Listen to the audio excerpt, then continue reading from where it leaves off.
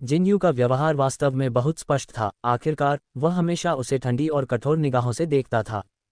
उसका रवैया कब से बदलने लगा? जू नैनियन ने ध्यान से सोचा।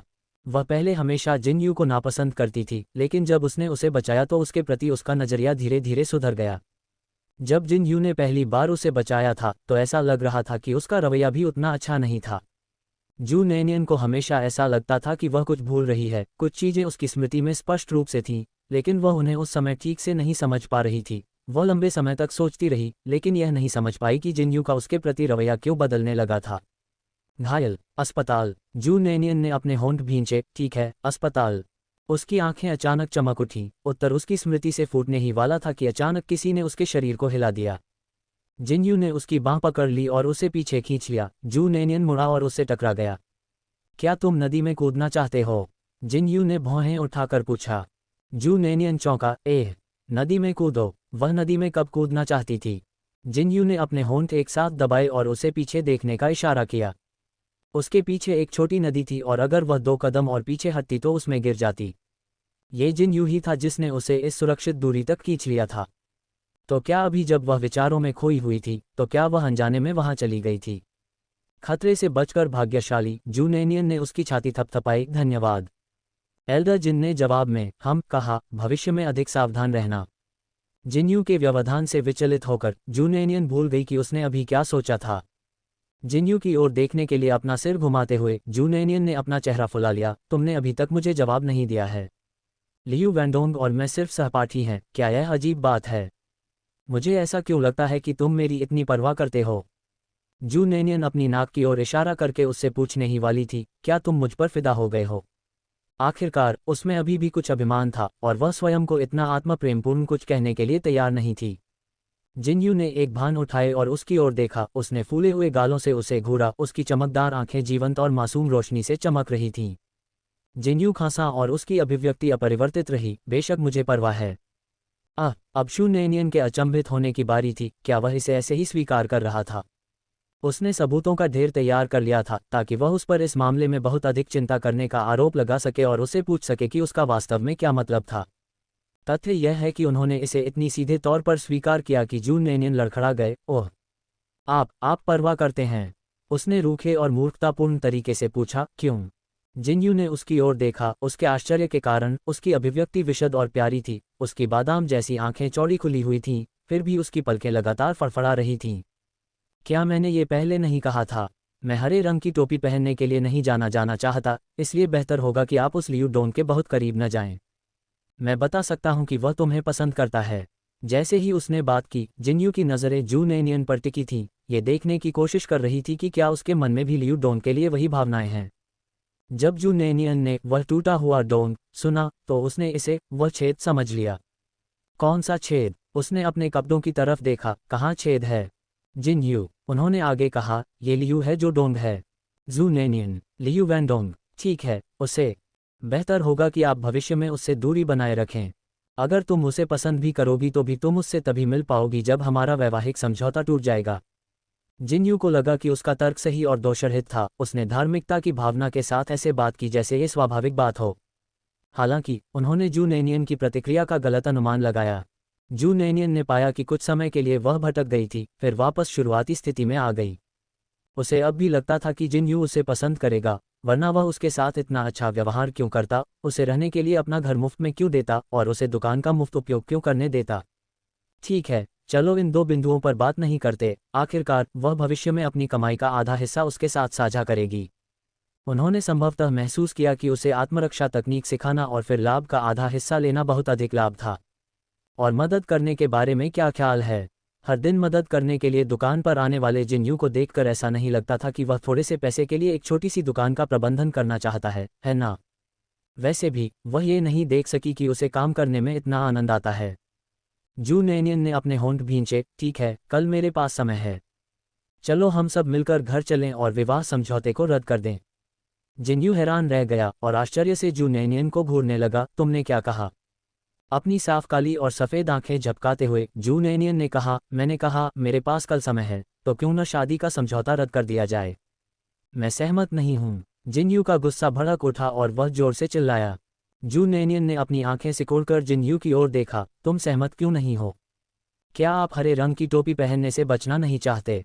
अगर हम विवाह समझौते को रद्द कर दें तो आपको ये समस्या नहीं होगी। क्या इसलिए कि तुम उस लियू वैंडोन के साथ रहना चाहती हो? तो क्या तुम हमारे विवाह समझौते को रद्द करने के लिए इंतजार नहीं कर सकती? जिन यू ने गुस्से में उसके कंधे पकड़ लिए। जू नैनियन ने अपने कंधों को पकड़े हुए हाथों की ओर देखा, जिनकी नसें उभरी हुई थीं, फिर उसने उसके चेहरे की ओर देखा, जो स्पष्ट क्रोध से काला और ठंडा था। उसके मन में उसकी शंका 50% सच साबित हुई। जू नैनियन ने आगे कहा, फिर भी, क्या कोई समस्या है? हम केवल एक नकली सगाई में थे। तुम्हें इतनी चिंता क्यों है? अगर हम सगाई तोड़ देते हैं तो मैं थोड़े समय बाद लियू वैंडोन के साथ डेटिंग शुरू कर सकती हूँ, और तब तक कोई भी यह नहीं कहेगा कि तुम धोखा खा चुकी हो, है ना? इसके अलावा हमारे दोनों परिवार एक ही सामाजिक दायरे में भी नहीं हैं, और जिन लोगों को हम जानते हैं वे भी एक दूसरे से बहुत कम मिलते जुलते हैं, इसलिए कोई भी इस पर जोर नहीं देगा। तुम। जिन्यू के माथे की नसें धड़कने लगी, उसकी छाती में कड़वाहट और घुटन महसूस होने लगी। वास्तव में उसे लियू वैंडोन पसंद था। क्या वह उस आदमी के साथ जीवन बिताने के लिए इतनी उत्सुक थी जिसे वह प्यार करती थी? ये पहली बार था जब जिन्यू को कोई पसंद आया था, और वह अपने सामने वाली लड़की को अपना सर्वश्रेष्ठ देना चाहता था। लेकिन उसे इसकी बिल्कुल भी जरूरत नहीं थी। जिन्यू क्रोध, झुंझलाहट और बेचैनी से भर गया, उसकी छाती बुरी तरह से दब गई। उसे वह आदमी पसंद आया। इस गहन एहसास से जिन्यू को बहुत दुख हुआ, उसके सीने में क्रोध और ईर्ष्या का मिश्रण पैदा हो गया। वह शू नैनियन को चाहता था, उससे शादी करना चाहता था और नहीं चाहता था कि वह किसी अन्य पुरुष के साथ रहे। यह विचार, एक बीज की तरह, उसके हृदय में जड़ें जमाने लगा और शीघ्र ही एक विशाल वृक्ष बन गया। यह विचार कि वह किसी और को पसंद करती है और शायद किसी अन्य पुरुष से विवाह करना और बच्चे पैदा करना चाहती है, ने जिन यू के दिल को कसकर जकड़ लिया, और उसके भीतर शिकायत और क्रोध का विस्फोट हुआ। मैं तुम्हें विवाह समझौते को रद्द नहीं करने दूंगी, भले ही इसके लिए मुझे मारना पड़े। यदि तुमने उस टूटे हुए लियू के साथ भागने की हिम्मत की तो मैं उसे चाकू मार दूंगा और तुम्हें जेल में बंद कर दूंगा। मैं तुम्हें कहीं नहीं जाने दूंगा, मैं तुम्हारी टांगें तोड़ दूंगा। जिन्यू का गुंडा स्वभाव भड़क उठा, उसने सबसे चरम धमकियां देते हुए जू नैनियन को डराने की कोशिश की। वह खुद को एक खतरनाक आदमी के रूप में चित्रित करना चाहता था ताकि वह किसी और को पसंद करने से हतोत्साहित हो सके। दूसरी ओर जू नैनियन पूरी तरह से चकित था। वह प्रश्न पूछ रही थी और उत्तर जानने के लिए उसका मुंह खोलने का प्रयास कर रही थी।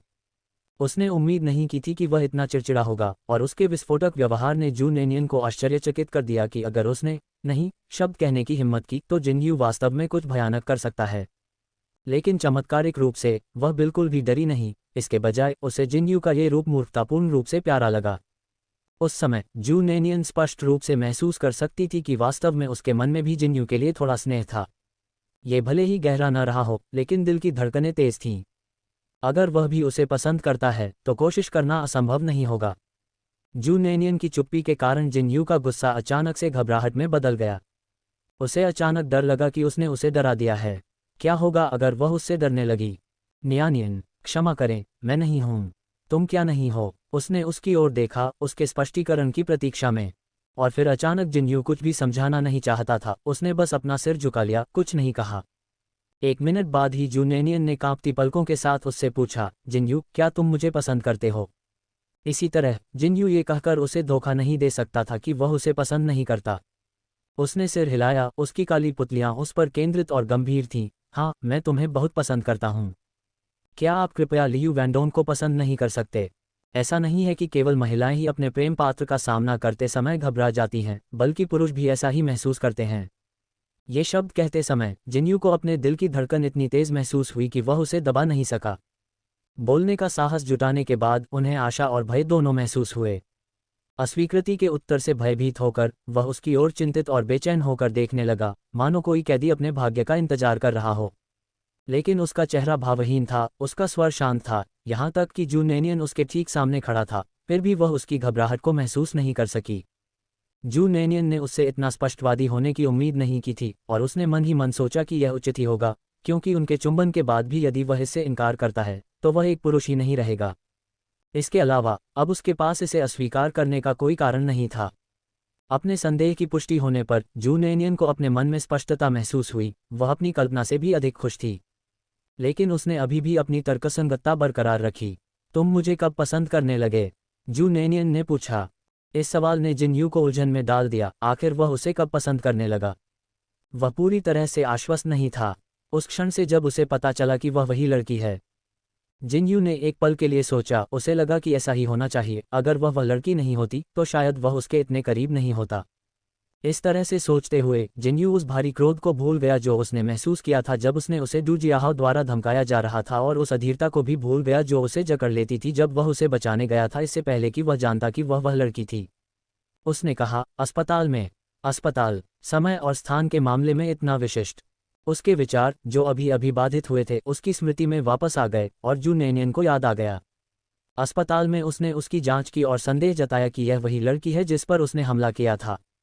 इसके बाद उसने उससे कोई प्रश्न पूछना जारी नहीं रखा और वह हमेशा यही मानती रही कि उसे इसका पता नहीं चला है। उस समय उसने सोचा कि जिनयू उसे चुप कराने के लिए उसे ढूंढना चाहता था। उसके साथ बातचीत करने के बाद उसे पता चला कि जिनयू उस तरह का व्यक्ति नहीं था, इसलिए उसने पहले ही पुष्टि कर ली थी कि वह वही थी जिसके साथ उसने अस्पताल में जबरदस्ती की थी, और यही कारण था कि वह उसके साथ अच्छा व्यवहार कर रहा था। अब जब विषय खुल चुका था तो जू नेनियन का उसके साथ इस नाटक को जारी रखने का कोई इरादा नहीं था। क्या उस दिन तुम्हें एहसास हुआ कि मैं ही वह थी जिस पर तुमने खुद को मजबूर किया था? हाँ, जिनयू ने उत्तर दिया। जू नेनियन ने गहरी सांस ली, उसके दिल में खुशी की चमक बर्फ की तरह ठंडी हो गई। तो आप मेरे साथ अच्छे थे क्योंकि आप जानते थे कि मैं वही लड़की थी और आप मुझसे सुलह करना चाहते थे, उसने कहा। जिनयू, जो बहुत ही चतुर था, उसका भावनात्मक स्तर बहुत नीचे तक गिर गया था। आखिरकार वह कभी प्यार में नहीं पड़ा था और इसके अलावा वह सच कह रही थी। क्योंकि वह जानता था कि यह वही थी, इसलिए उसने सुधार करने के बारे में सोचना शुरू कर दिया। तो उसने फिर ईमानदारी से सिर हिलाया, ये सही है। जू नेनियन ने अपने दांत पीस लिए और खुद को रोक नहीं पाए और जिनयू को दूर धकेल दिया। मुझे तुम्हारी माफ़ी की ज़रूरत नहीं है। अभी तुरंत सगाई तोड़ दो। जिनयू को समझ नहीं आया कि एक पल वह शांत थी, उससे सवाल पूछ रही थी, और अगले ही पल वह इतनी चिड़चिड़ी हो गई। उसने उसका हाथ पकड़ लिया और उसे कसकर गले लगा लिया। मैं नहीं करूंगा, मैं इसे बंद नहीं करूंगा, चाहे मैं मर ही क्यों न जाऊं। जू नेनियन क्रोधित हो गई और आक्रोश से भरे दिल से उसने उसे जोर से धक्का दे दिया। जैसे ही वे एक दूसरे को खींचने लगे, जिनयू, जो पहले से ही नदी के किनारे पर खड़ा था, अपना संतुलन खो बैठा। जैसे ही जू नेनियन ने धक्का दिया, जिनयू का शरीर अनियंत्रित होकर पीछे की ओर गिर गया। जो हाथ उसे खींचने के लिए था उसने उसे दूर धकेल दिया। एक छप और फिर एक धमाके के साथ सेनाएं परस्पर हैं। जिनयू को नदी में धकेल दिया गया और जू नेनियन जमीन पर गिर गई। उसके नितंबों पर एक तेज पत्थर से दर्दनाक वार किया गया। दर्द से जू नेनियन की आंखों में तुरंत आंसू आ गए, लेकिन उसे अपने आंसुओं की कोई परवाह नहीं थी। जिनयू को नदी में गिरते देख वह जल्दी से रेंग कर नदी के किनारे लेट गई। जिनयू संगठन सी के प्रथम डिवीजन के द्वितीय कमान अधिकारी को पंखों से उड़ने में सक्षम होने के अलावा जीवित रहने की तकनीकों में भी कुशल होना आवश्यक था। तैरना उन कौशलों में से एक था। जिनयू पानी में गिर गया और 1 सेकंड से भी कम समय में ऊपर आ गया। नदी से उसने शू नेनियन की ओर देखा, उसकी आवाज़ चिंतित थी, क्या तुम ठीक हो? उसे नदी में बेफिक्र होकर तैरते देख जू नेनियन का तनावग्रस्त हृदय शांत हो गया, और ये देखकर कि वह ऐसे क्षण में भी उसकी कितनी परवाह करता है, उसका गुस्सा आधा कम हो गया। पहले यहाँ आओ, फिर बात करो। जू नेनियन का गुस्सा भड़क उठा और तुरंत शांत भी हो गया। जिनयू ऊपर चढ़ गया। उसकी त्वचा भीग गई थी जैसे कि एक भीगा हुआ कुत्ता, लेकिन उसमें कोई दुख नहीं था, बल्कि उसके चारों ओर एक जंगली और सुंदर वातावरण था। जू नेनियन ने अपने होंठ भींचे, बैठो, चलो शांति और तर्कसंगत ढंग से इस बारे में बात करते हैं। जिनयू की नज़र में जू नेनियन सर्वोच्च थी, उसका वचन ही कानून था। उसे अपने बगल में पत्थर के स्टूल पर थपथपाते देख जिनयू आज्ञाकारी ढंग से बैठ गया। उसे बैरक में आए 3 महीने से अधिक हो गए थे और उसके बाल काफ़ी लंबे हो गए थे। गीले पतले बाल उसके माथे से चिपके हुए थे, जो उसके कठोर चेहरे के साथ एक अद्भुत विरोधाभास पैदा कर रहे थे। वह एक बहुत ही सुंदर बदमाश लड़के की तरह लग रहा था। जू नेनियन ने फिर पूछा, क्या तुम मुझे पसंद करते हो? मैं करता हूँ, जिनयू ने असामान्य ईमानदारी के साथ उत्तर दिया। जू नेनियन ने अपने होठों को दबाया और जिनयू की ओर देखा। अगर मैं वो लड़की न होती जिस पर तुमने खुद को मजबूर किया था, तो क्या तुम तब भी मुझे पसंद करते? जिनयू चुप हो गया। क्या वह ऐसा करेगा? वह नहीं जानता था।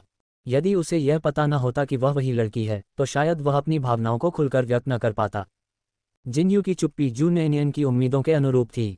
जब तुम्हारी मुझसे सगाई हुई थी तो तुमने कहा था कि तुम एक लड़की से शादी करना चाहते हो। वह लड़की। इस बार जू नेनियन की बात पूरी होने से पहले ही जिनयू ने बीच में कहा, यह आप हैं। इसलिए जू नेनियन ने अपनी पलकें नीचे कर लीं। तो क्या वह लड़की थी इसलिए वह उसे पसंद करता था? वह वास्तव में उसके स्नेह को महसूस कर सकती थी, लेकिन इस स्नेह से जू नैनियन को ऐसा महसूस होता था जैसे ये सिर्फ दान था।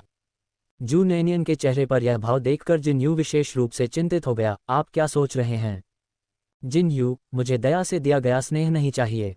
जू नैनियन ने उसे देखने के लिए अपना सिर उठाया। तुम मेरे साथ अच्छे हो क्योंकि मैं ही वह थी जिस पर तुमने खुद को मजबूर किया था। तुम मुझे मुआवजा देना चाहते हो और शायद मुझे बेहतर तरीके से जानने के बाद तुम मुझे पसंद करने लगे हो। लेकिन मुझे उस तरह के प्यार की जरूरत नहीं है। मुझे शुद्ध भावनाएं पसंद हैं जो किसी बाहरी कारक से प्रभावित नहीं होती।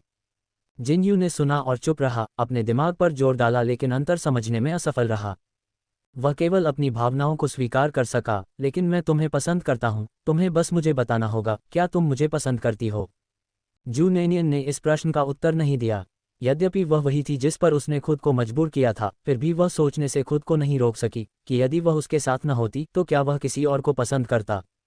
क्या वह उसे एक व्यक्ति के रूप में पसंद करता था, या वह उस व्यक्ति को पसंद करता था जिस पर उसने खुद को मजबूर किया था? ये बहुत महत्वपूर्ण था, कम से कम उसके लिए तो था। अगर आप चाहें तो उसे नखरेबाज कह सकते हैं। उसने स्वीकार किया कि उसके मन में जिनयू के लिए भावनाएं थीं, लेकिन वे इतनी गहरी नहीं थीं कि वह अपना विवेक खो दे। इस पर विचार करने के बाद जू नैनियन ने उससे कहा, चलो ऐसा करते हैं, सगाई अभी रद्द नहीं की जाएगी, लेकिन जिनयू, मुझे आशा है कि आप मेरे पास दोबारा आने से पहले इस प्रश्न के बारे में स्पष्ट रूप से सोच लेंगे। अगर मैं वो लड़की न होती जिस पर तुमने खुद को मजबूर किया, तो क्या तुम तब भी मुझे पसंद करते? जू नैनियन ने बहुत शांति से बात की, बिना गुस्से में अपनी आवाज़ ऊंची किए या उस पर अपमान की बौछार किए। जिनयू ने उसे देखा, उसकी गहरी आंखें अथाह थीं। तो क्या तुम मुझे पसंद करती हो? मैंने आपके हाथ पर लियू वैंडोन का नाम देखा, क्या आप अब भी उनसे प्यार करती हैं? शू नैनियन को यह उम्मीद नहीं थी कि वह उसकी बांह पर लिखी बात पर ध्यान देगा, लेकिन उसने इसका स्पष्टीकरण नहीं दिया। मुझसे उत्तर मांगने से पहले इस प्रश्न के बारे में सोचो। जब तक आप ये पता नहीं लगा लेते, हम मिलेंगे नहीं। अपनी बात कहने के बाद जू नैनियन उठ खड़ी हुई और जाने का इरादा किया, लेकिन तभी उसके पिछले हिस्से में एक तेज पत्थर चुभ गया, जिससे खून बहने लगा और उसकी पैंट पर दाग लग गया। दर्द के कारण वह पीछे गिर पड़ी, क्योंकि वह मुश्किल से ही उठी थी। जिनयू की प्रतीक्षारत बाहों में अपनी पीठ को उसके खिलाफ दबाए हुए जू नैनियन बेहद शर्मिंदा थी। अपनी सारी अच्छी बातें कहने के बाद वह अंततः उसकी बाहों में समा गई, जो एक रणनीतिक चूक थी। माफ़ कीजिए, ये जानबूझकर नहीं किया गया था, उसने शांत रहने की कोशिश करते हुए कहा।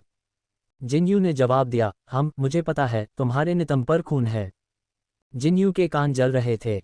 उसके कोमल शरीर को थामे उसकी इच्छा पीड़ा से चीख रही थी। जू नैनियन उसकी बाहों में निश्चित रूप से उसकी बेचैनी को महसूस कर सकती थी, विशेष रूप से उसके द्वारा कही गई बातों के बाद, जिससे उसका चेहरा लाल हो गया था। क्या बहुत खून है? उसने कठोरता से पूछा। जिनयू ने उसे क्षैतिज रूप से उठाया। मैं तुम्हें वापस ले जाऊंगा। ये घटनाक्रम जू नैनियन के लिए कुछ अप्रत्याशित था। अचानक उड़ान भरने से उसने सहज रूप से अपनी बाहें जिनयू की गर्दन के चारों ओर लपेट लीं। जिनयू ने अपने होठों को एक साथ दबाया, उसकी ओर देखते हुए। उसके होंठ एक सीधी रेखा में थे, उसका सुंदर चेहरा तनावग्रस्त, भावहीन था, फिर भी उसके कानों के सिरे पूरी तरह से लाल थे। वह उसे स्थिर भाव से आगे ले गया। मैं आपके द्वारा पूछे गए प्रश्न के बारे में सोचूंगा। मुझे समझ नहीं आ रहा कि आप किस बात से चिंतित हैं। मैं तो बस इतना जानता हूं कि किसी को पसंद करना बस इतना ही है, उन्हें पसंद करना। मेरी दुनिया में कोई क्या होगा अगर नहीं है, तुम वह लड़की हो और मैं तुम्हें पसंद करता हूं। लेकिन चूंकि यह आपको परेशान करता है, इसलिए मैं इस पर बहुत गंभीरता से विचार करूंगा। लेकिन एक बात है जिससे मैं सहमत नहीं हूं। जू नैनियन को उसके ईमानदार और गूंजते शब्दों से अपने दिल में एक दर्द महसूस हुआ और अनजाने में पूछा, कौन सी चीज़? इस अचानक टिप्पणी से जू नैनियन आश्चर्यचकित हो गए। उसे यह समझने में एक क्षण लगा कि उसका क्या मतलब था। उसने सिर्फ इतना कहा था कि जब तक वह चीज़ों पर विचार नहीं कर लेता, तब तक उन्हें मिलना नहीं चाहिए, जिससे वह सहमत था। जू नैनियन की गांड में बहुत दर्द हुआ। पहले से ही अपनी चिंताओं में उलझी रहने के कारण उसने दर्द के बारे में ज़रा भी नहीं सोचा था। अब जबकि उसकी आधी परेशानियां हल हो गई थीं, दर्द से उसकी आंखों में आंसू आ गए। क्या तुमने मुझे सुना? जिनयू ने पूछा। मैं एक दूसरे से न मिलने पर सहमत नहीं हूं, लेकिन मैं वापस जाकर आपके द्वारा उठाए गए मुद्दे पर विचार करूंगा। ठीक है, जू नैनियन ने उसकी नज़रों से बचते हुए नीचे देखते हुए जवाब दिया। राजकुमारी की तरह उसके द्वारा गोद में उठाए जाने की आदत अभी भी नैनियन को नहीं थी, लेकिन फिर उसने इसके बारे में सोचा और खुद को इस स्थिति के साथ समझौता कर लिया। ठीक है, का क्या मतलब है? क्या आप सहमत हैं या नहीं? जिनयू ने दबाव डाला। जू नैनियन ने चिढ़कर जवाब दिया, क्या आप कृपया चुप हो सकते हैं? जिनयू ने जवाब दिया, मैं नहीं कर सकता। बताओ, तुम सहमत हो या नहीं? जू नेनियन निराश हो गया। किस बात पर सहमत हो? जिनयू ने कहा, मैंने अभी जो शर्त बताई है, आपको मुझसे न मिलने की अनुमति नहीं है। जू नेनियन अपनी दृढ़ता के कारण व्यवहारिक रूप से पराजित हो गया। क्या तुम्हें मेरे सामने मनराना पड़ेगा? मैं क्या करूं? तुम्हें भगा दूं या क्या करूं? ये सहमति जताने का एक घुमावदार तरीका था। वह निश्चित रूप से इस बात की परवाह करती थी कि जिनयू उसे क्यों पसंद करता है। उसे डर था कि उसका स्नेह अपराधबोध और दायित्व से आता है। उसे किसी की जिम्मेदारी लेने की जरूरत नहीं थी। दिल के मामलों में वह आशा करती थी कि चीजें अधिक वास्तविक हो सकती हैं। उसका जवाब उसके लिए पूरी तरह अप्रत्याशित था। पसंद करना तो पसंद करना ही है, इसमें कोई शर्त नहीं है। वास्तव में वह एक यथार्थवादी थे। यदि वह एक दर्शक होती तो ये कारण उसे समझ में आता, लेकिन चूंकि वह इसमें शामिल थी, इसलिए वह तर्कसंगत नहीं रह सकी। वह इस बात से परेशान थी कि क्या जिनयू का उसके प्रति स्नेह अपराधबोध और जिम्मेदारी से पैदा हुआ था। शायद यह इसलिए भी था क्योंकि जिनयू के प्रति उसका स्नेह अभी पनपना शुरू ही हुआ था। क्या कोई यह गारंटी दे सकता है कि एक बार गहरा प्रेम स्थापित हो जाने पर ये चिंताएं कोई मायने नहीं रखेंगी? अपनी चिंताओं के बारे में सीधे बात करना जीवन के प्रति उनका सामान्य दृष्टिकोण था। यदि जिनयू कोई ऐसा उत्तर नहीं दे पाती जिससे उसकी चिंताएं दूर हो जाएं, तो उसे अपने धड़कते दिल को शांत करना होगा। जू नेनियन को गोद में उठाए जिनयू ने चलते हुए बहुत ध्यान आकर्षित किया। जू नेनियन को लोगों का सामना करने में बहुत शर्म आती थी। नेनियन को नानशुई रोड पर वापस लाने के बाद जिनयू ने उसके लिए कुछ मरहम खरीदा। अपनी पीठ में दर्द के बावजूद नेनियन को अगले दिन दुकान पर जाना पड़ा। जिनयू कल रात नानशुई रोड पर नहीं रुके थे और यह स्पष्ट नहीं था कि वह कहाँ गए थे। वह आज भी दुकान पर नहीं आया। नेनियन रसोई में खाना बना रही थी। झाओपांग और 2 अन्य लोग उसकी मदद कर रहे थे। हाल ही में दुकान का व्यापार तेजी से बढ़ रहा था। सबसे व्यस्त दिन पर उन्होंने 150 युआन की बिक्री की। सभी लागतों को घटाने और लियूयूसू को बेचने से प्राप्त आय को जोड़ने के बाद नेनियन के पास कुल 2000 युआन बचे। 1980 के दशक में 2000 युआन काफ़ी बड़ी रकम थी, जो बिना किसी परेशानी के काउंटी शहर में एक अच्छा घर खरीदने के लिए पर्याप्त थी। दुकान को खुले हुए 1 महीना भी नहीं हुआ था, फिर भी उनकी आधी कमाई लियूएसू से आती थी। लियूएसू का निर्माण सस्ता था तथा लाभ मार्जिन भी अच्छा था। खुलने के लगभग 20 दिन बाद दुकान हर दिन खचाखच भरी रहती थी। ऑफ पीक घंटों के दौरान भी व्यवसाय का प्रबंधन किया जा सकता था तथा तीनों कर्मचारी इसे जारी रख सकते थे। हालांकि जब भोजन का समय आया तो नेनियन को एहसास हुआ कि वह भी बहुत व्यस्त है। दिन भर की भागदौड़ के बाद उन्होंने रात के लिए दुकान बंद कर दी। जू जिकियांग हर दिन कमाए गए सारे पैसे नेनियन को सौंप देता था। जिनयू के दूर होने के कारण नेनियन और जिकियांग ने अपनी शाम की व्यायाम दिनचर्या जारी रखी। चेन शियाओरो खाना पकाने, पानी उबालने और सफाई के लिए जिम्मेदार था। हाल ही में वे घर लौटने से पहले ज़्यादातर रात का खाना दुकान में ही खाते थे, क्योंकि कारोबार इतना अच्छा चल रहा था कि दुकान बंद होने के समय तक उनका खाद्यान्न भंडार लगभग समाप्त हो जाता था। चेन शियाओरो उनके साथ रहती थी और नेनियन ने देखा कि लड़की विशेष रूप से मेहनती थी। वह केवल एक कर्मचारी थी, कोई घरेलू नौकरानी नहीं थी। नेनियन किसी के श्रम का सिर्फ इसलिए शोषण नहीं करेगी क्योंकि उसने उनकी मदद की थी। लेकिन चेन शियाओरो एक खच्चर की तरह जिद्दी था और जब बात इस मामले की आई तो उसने सुनने से इनकार कर दिया। जब नेनियन ने इस विषय पर बात की तो शियाओरो ने सिर्फ ध्यान से सुना, यहाँ तक कि सहमति भी जताई। फिर भी अगले दिन वह पुनः काम पर लग जाती और बिना थके सफाई करती रहती। जू नेनियन और जू जिकियांग सुबह जल्दी उठ जाते थे और वह पहले से ही नाश्ता तैयार कर लेती थीं। इतना ही नहीं, घर के अंदर और बाहर भी साफ सफाई की गई थी। ये बहुत आश्चर्य की बात थी कि नेनियन को यह भी नहीं पता था कि उसकी प्रशंसा कैसे की जाए। चूंकि उसने सलाह नहीं सुनी, इसलिए नेनियन ने उसे वैसे ही रहने दिया। यदि वह कुछ न कर रही होती तो शायद उसे अच्छा नहीं लगता, शायद उसे ऐसा लगता कि यह उसका एहसान है। नेनियन ने पहले ही अपने दिल में ये योजना बना ली थी कि वह बिना किसी मुआवजे के दूसरों के प्रयासों का शोषण नहीं करेगी। चूंकि उसे काम करना पसंद था, इसलिए नेनियन ने उसके साथ एक किराए की आया की तरह व्यवहार करने का निर्णय लिया और बाद में उसे अधिक वेतन देने का निर्णय लिया। 2 घंटे तक आंगन में व्यायाम करने के बाद चेन शियाओरो ने अभी अभी रात का खाना पकाया था और कुछ गर्म पानी भी उबाला था। एक बार जब जू नेनियन और जू जिकियांग ने स्नान समाप्त कर लिया तो वे खाना खाने बैठ सकते थे।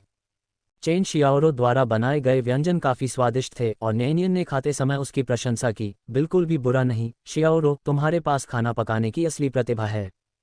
चेन शियाओरो ने यह सुनकर एक शर्मीली मुस्कान दिखाई, यह आपके आधे से भी अच्छा नहीं है नेनियन, लेकिन चूंकि आपको ये पसंद है, इसलिए मैं कल आपके लिए फिर से खाना बनाऊंगी। नैनियन ने ऐसे शब्द अनगिनत बार सुने थे और वह जानती थी कि अगर वह मना भी कर दे तो भी चेन शियाओरो अगले दिन भी खाना बनाना जारी रखेगी। वह मुस्कुराई, तो फिर धन्यवाद जियाओरो। चेन शियाओरो की मुस्कान और भी शर्मीली हो गई। मुझे आपको धन्यवाद देना चाहिए। अगर आप न होते तो मुझे ये भी नहीं पता होता कि मैं अब कहाँ भटक रहा होता। नैनियन ने भी मुस्कुराकर जवाब दिया, लेकिन कुछ नहीं कहा। कुछ समय साथ बिताने के बाद चेन शियाओरो ने अब उनके सामने सुस्त और परिपक्व होने का नाटक नहीं किया और कभी कभी एक युवा लड़की की मानसिकता प्रकट कर देती थी। लेकिन अजनबियों के सामने वह अभी भी सीधा चेहरा बनाए रखना पसंद करती थी, स्पष्ट रूप से और बिना किसी अनावश्यक भाव के बोलती थी। शाम को जब चेन शियाओरो अपने कमरे में लौटी तो जू जिकियांग ने उस दिन इकट्ठा किए गए पैसे फिर से जू नैनियन को देने के लिए निकाले। जू नैनियन बस सोने ही वाली थी और वह इस मामले को लगभग भूल ही गई थी। नैनियन को हाल ही में हिसाब किताब करने में होने वाली परेशानी याद आ गई, जिसमें लागत हमेशा अनुमानित रूप से दर्ज की जाती थी। वह हर दिन रसोई में खाना बनाने में इतनी व्यस्त रहती थी कि उसे हिसाब किताब का काम जिकियांग पर छोड़ना पड़ता था। इसमें कोई मदद नहीं थी, वह इस काम के लिए किसी और पर भरोसा नहीं करती थी। रेस्तरां में तीनों कर्मचारी काफ़ी अच्छे थे, लेकिन कोई दूसरे के दिल में नहीं झांक सकता और कोई नहीं जानता कि कोई वास्तव में क्या सोच रहा है। विशेषकर जब बात पैसे की आती है तो ये धारणा कि आपको उन लोगों पर संदेह नहीं करना चाहिए जिनका आप उपयोग करते हैं और जिन लोगों पर आप संदेह करते हैं उनका उपयोग नहीं करना चाहिए, बकवास है और मूर्खता के समान है। जिन लोगों का आप उपयोग करते हैं वे निश्चित रूप से सबसे अधिक विश्वसनीय होंगे, लेकिन समस्या यह है कि हर कोई उस अत्यधिक विश्वास के योग्य नहीं होता। फिलहाल वह मानव स्वभाव की परीक्षा लेने के लिए धन का उपयोग नहीं करना चाहती थी, जब तक कि वह कोई ऐसा व्यक्ति न हो जिस पर वह पहले से ही गहरा विश्वास करती हो। फिलहाल वह केवल अपने 3 कर्मचारियों से ही संतुष्ट थी और अभी तक विश्वास के स्तर तक नहीं पहुंच पाई थी। वह जिस व्यक्ति पर सबसे अधिक भरोसा करती थी वह अभी भी उसका अपना भाई जू जिकियांग था, लेकिन जिकियांग कभी स्कूल नहीं गया था और लिख नहीं सकता था, केवल सरलतम संख्याएं ही जानता था। ये बातें भी उसने बचपन में अपने दोस्तों से गुप्त रूप से सीखी थीं। वह बुनियादी अंकगणित तो कर सकता था, लेकिन हिसाब किताब रखने के लिए उसे सिर्फ मानसिक गणित से अधिक की आवश्यकता थी। अपने 2 भाइयों को याद करते हुए जो पहले से ही स्कूल में थे, जू नैनियन ने जू जिकियांग से पूछा, जिकियांग, क्या तुम पढ़ना चाहते हो? जिकियांग पैसे निकालने में व्यस्त था, तभी उसने नैनियन की बातें सुनी और एक पल के लिए वह स्तब्ध रह गया। पढ़ाई। जिकियांग की आवाज़ घबराहट और उत्साह के मिश्रण से कांप रही थी क्योंकि उसके होंठ कई बार हिले। क्या मैं अभी भी पढ़ाई कर सकता हूँ? जिकियांग वास्तव में स्कूल जाना चाहता था। जब उसने नैनियन को छोटे भाइयों को पढ़ने के लिए भेजने की बात करते सुना तो वह उनके लिए खुश था, साथ ही उसे कुछ कमी भी महसूस हुई, क्योंकि वह भी पढ़ना चाहता था, किताबें पढ़ना चाहता था। लेकिन अब वह बड़ा हो गया था, नैनियन से केवल 1 वर्ष छोटा, जो पहले ही हाई स्कूल से स्नातक हो चुका था, जबकि वह किंडरगार्टन भी नहीं गया था। स्कूल निश्चित रूप से उसे स्वीकार नहीं करेंगे। जिकियांग के उत्साहित चेहरे को देखकर नैनियन को अंदर से विशेष रूप से दोषी महसूस हुआ। वह दुकान खोलने में इतनी व्यस्त थी कि वह इस मामले को लगभग भूल ही गई थी। मूलतः उसने उसे स्वयं पढ़ाने की योजना बनाई थी। ये केवल खाता बही के कारण ही था जो उसे याद था। निस्संदेह तुमसे हो सकता है, मैं आपको सिखाऊंगा। क्या आप सीखना चाहते हैं? नैनियन ने मुस्कुराते हुए पूछा। ये सुनकर जिकियांग ने जोर से सिर हिलाया। हाँ, मैं करता हूँ, मैं वास्तव में करता हूँ। वर्तमान से बेहतर समय नहीं था। नैनियन ने तुरंत कवा वापस फेंक दिया और जिकियांग को लिविंग रूम की ओर खींच लिया। चलो, मैं तुम्हें सिखाता हूँ। जिकियांग, बहन, बहुत देर हो गई है, चलो कल से शुरू करते हैं। नैनियन रुकी, फिर अपने माथे पर हाथ मारा। ठीक है, बिल्कुल। कुछ भी करने को न होने के कारण नैनियन करवटें बदलती रही। उसे नींद नहीं आ रही थी और जिन यू के शब्द अभी भी उसके दिमाग में घूम रहे थे। उस दिन के बाद से उसे देखे हुए कई दिन हो चुके थे। नैनियन हताशा में अपने दांतों को भींचने से खुद को नहीं रोक सकी। उन्होंने स्वयं कहा कि वे मुलाकात न करने की शर्त से सहमत नहीं हैं। ठीक है, उन्होंने उन्हें मना लिया था और इस बात पर सहमत हो गए थे कि वे विचार विमर्श की अवधि के दौरान उनसे दूर नहीं रहेंगी। और फिर भी वह अगले ही दिन गायब हो गया और उससे मिलने भी नहीं आया। इससे नैनियन को रात में अच्छी नींद नहीं आ सकी। वह ये जानने की कोशिश कर रहा था कि उसके साथ क्या गड़बड़ है। वह बिना किसी निशान के क्यों गायब हो गया? ये तो बस पागल कर देने वाला था। जब उसे अंततः सुराग मिला तो टाइगर उसे सूचित करने आया और उसने आधी रात को टाइगर का पीछा किया और जू नैनियन को सूचित किए बिना ही रातों रात कार लेकर राजधानी पहुंच गया। ये जियांगटियन के मामले के बारे में सुनकर जिन यू अब और शांत नहीं बैठ सका। अगले दिन राजधानी स्थित मुख्यालय पहुंचने पर जिन यू सीधे जिनरुयांग के कार्यालय की ओर चल पड़ा। मुझे सामग्री दो, जिन यू ने प्रवेश करते ही कहा, जिनरुयांग के कार्यालय में शर्माती हुई महिला सहायक को पूरी तरह से अनदेखा करते हुए। ये जिनरुयांग का क्षेत्र था। द्वारपाल ने उसे पहले ही सूचित कर दिया होगा और उसकी अनुमति से जिनयू को प्रवेश करने की अनुमति दे दी होगी। जिन रुइयांग को भी आश्चर्य नहीं हुआ। एक शानदार सूट पहने और सुनहरे फ्रेम वाले चश्मे से सुसज्जित जिन रुइयांग ने उच्च आकर्षण के साथ एक संयमी सौंदर्य वाक्यांश को पूरी तरह से मूर्त रूप दिया। एक विशिष्ट विद्वान बदमाश, दिखने में बेहद खूबसूरत। अपनी कुर्सी पर बैठे हुए जिन रुइयांग की पतली उंगलियों ने इत्मीनान से अपने चश्मे को ठीक किया और उन्होंने अपने अधीनस्थ से धीरे और गर्मजोशी से कहा, अब आप जा सकते हैं। जी हाँ मंत्री जी। उसकी आवाज़ सुनकर महिला सहायक के गाल लाल हो गए, जो इतनी कोमल थी कि नियम तोड़ने लायक थी। जिन रुइयांग ने जादुई तरीके से एक अधीनस्थ को, जो नंगे हाथों से हड्डियां तोड़ सकता था, एक नाजुक और कोमल सफ़ेद कमल में बदल दिया था। सहायक को भेजने के बाद जिन रुइयांग अंततः जिनयू की ओर मुड़े और हंसे, इतने चिंतित। क्या तुम्हें एहसास है कि तुमने मुझे उससे प्रेम करने से रोक दिया है? जिनयू ने मेज पर लात मारी, आप जितना कम बोलेंगे, शहर उतनी ही जल्दी विकसित होगा। बकवास बंद करो और मुझे सामग्री दो। जिन रुइयांग जानता था कि जिनयू इस मामले को लेकर इतना अधीर और चिंतित क्यों था और उसने उसे और अधिक विलंबित नहीं किया। उसने दराज से एक अभिलेखीय बैग निकाला और जिनयू के सामने फेंक दिया। ये वही है जो तुम चाहते थे। जैसे ही जिनयू ने उसे पकड़ने के लिए हाथ बढ़ाया, जिन रुइयांग ने उसके हाथ के पीछे का हिस्सा दबाया और जिनयू ने एक भान उठाई, पीछे हटो, मुझे पुरुषों में कोई दिलचस्पी नहीं है। जिन रुइयांग ने धीरे से हंसते हुए कहा, अगर आप होते भी तो भी मुझे कोई दिलचस्पी नहीं होती। मैं तो बस आपको अधिक सतर्क रहने की याद दिला रहा हूँ। ये शियांटियन को अभी छुआ नहीं जा सकता। क्यों? जिनयू ने तुरंत कुछ सोचते हुए और उसकी ओर भौहें उठाकर देखते हुए पूछा, क्या तुमने सारी सामग्री पढ़ ली है? जिन रुइयांग ने सिर हिलाया और इनकार नहीं किया। मुझे पता है कि आप ये जियांटियन की घटना और बदला लेने की अपनी इच्छा के बारे में बहुत चिंतित हैं, लेकिन मैं आपको याद दिलाना चाहता हूं कि यदि जिन परिवार समृद्ध होगा तो हम सभी समृद्ध होंगे, यदि जिन परिवार को कष्ट होगा तो हम सभी को कष्ट होगा। ये सुनकर जिनयू की बेचैनी थोड़ी कम हो गई। उसकी फीनिक्स जैसी आंखें थोड़ी सिकुड़ गईं। जिन रुइयांग के इरादे से मेल खाते हुए, क्या इसका उस बूढ़े आदमी से कोई लेना देना है? जिन रुइयांग मुस्कुराया, ये जानते हुए कि जिनयू उसे समझ गया है और उसने उसे जटिलताओं के बारे में सीधे बताया। जिस मिशन में आप शामिल थे उसे दूसरों ने हाईजैक कर लिया था, है न? जो 3 लेवल सदस्य गए थे उनमें से 2 की मृत्यु हो चुकी है तथा एक अशक्त हो गया है।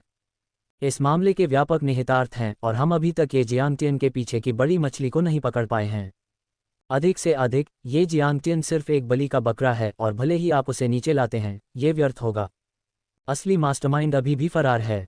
उन्होंने जिन 2 मृतकों और एक अशक्त व्यक्ति का उल्लेख किया, उनमें जिनयू के 2 सबसे अच्छे भाई शामिल थे और अशक्त व्यक्ति वह स्वयं थे। आधे साल तक आराम करना, क्या यह अक्षम होने के समान नहीं है? आधे साल बाद उन्हें इस मामले को फिर से छूने का मौका कहाँ मिलेगा? जिनयू कुछ देर के लिए चुप हो गया और अपनी उंगलियों को अभिलेखीय बैग पर हल्के से टैप करने लगा। तो वह हमेशा से ही भटका हुआ था। ये नाम का बूढ़ा आदमी नहीं था जो अपने बेकार पोते को बचा रहा था। यह उनका बेकार पोता था जिसे मानव ढाल के रूप में काम करने के लिए बाहर निकाल दिया गया था। कैसी चालाक साजिश है। ओल्ड मास्टर ये मुख्यालय के नेताओं में से एक हैं, जबकि जिनयू की शक्ति उनके पिता की तरह नानचेंग में है। एकमात्र व्यक्ति जो संभवतः ओल्ड मास्टर ये के साथ प्रतिस्पर्धा कर सकता था, वह संभवतः स्वयं बूढ़ा सज्जन ही होगा। लेकिन बूढ़े सज्जन ने बहुत पहले ही कदम पीछे खींच लिए थे और अब वे इन गड़बड़ियों को नहीं संभालते थे। ऐसा लगता है कि अगर वह उन दोनों की जिंदा खाल उतारना चाहता है तो उसे राजधानी लौटना होगा। जिन रुइयांग ने अपने संपर्कों के माध्यम से जो अभिलेखीय बैग प्राप्त किया था, उसकी सामग्री काफ़ी थी और यह सब जिन परिवार को दिए गए सम्मान के कारण संभव हो पाया। जिनयू ने सामग्रियों को देखा तो वह इतना क्रोधित हुआ कि उसने जिन रुइयांग की मेज को लगभग पलट दिया। इन परजीवियों को धिक्कार है, उसने जिन रुइयांग की मेज पर लात मारते हुए कहा। जिन रुइयांग शांत रहा। तुम अपना ये स्वभाव कब बदलोगे? मेरी गांड बदलो। मैं उस बूढ़े आदमी को अभी मार डालना चाहता हूँ। ठीक है, आगे बढ़ो, जिन रुइयांग ने उसे प्रोत्साहित किया। जिनयू निश्चित रूप से जिन रुइयांग के शब्दों में व्यंग्य को भांप गया और उसने चिढ़कर उसके पैर पर लात मारी।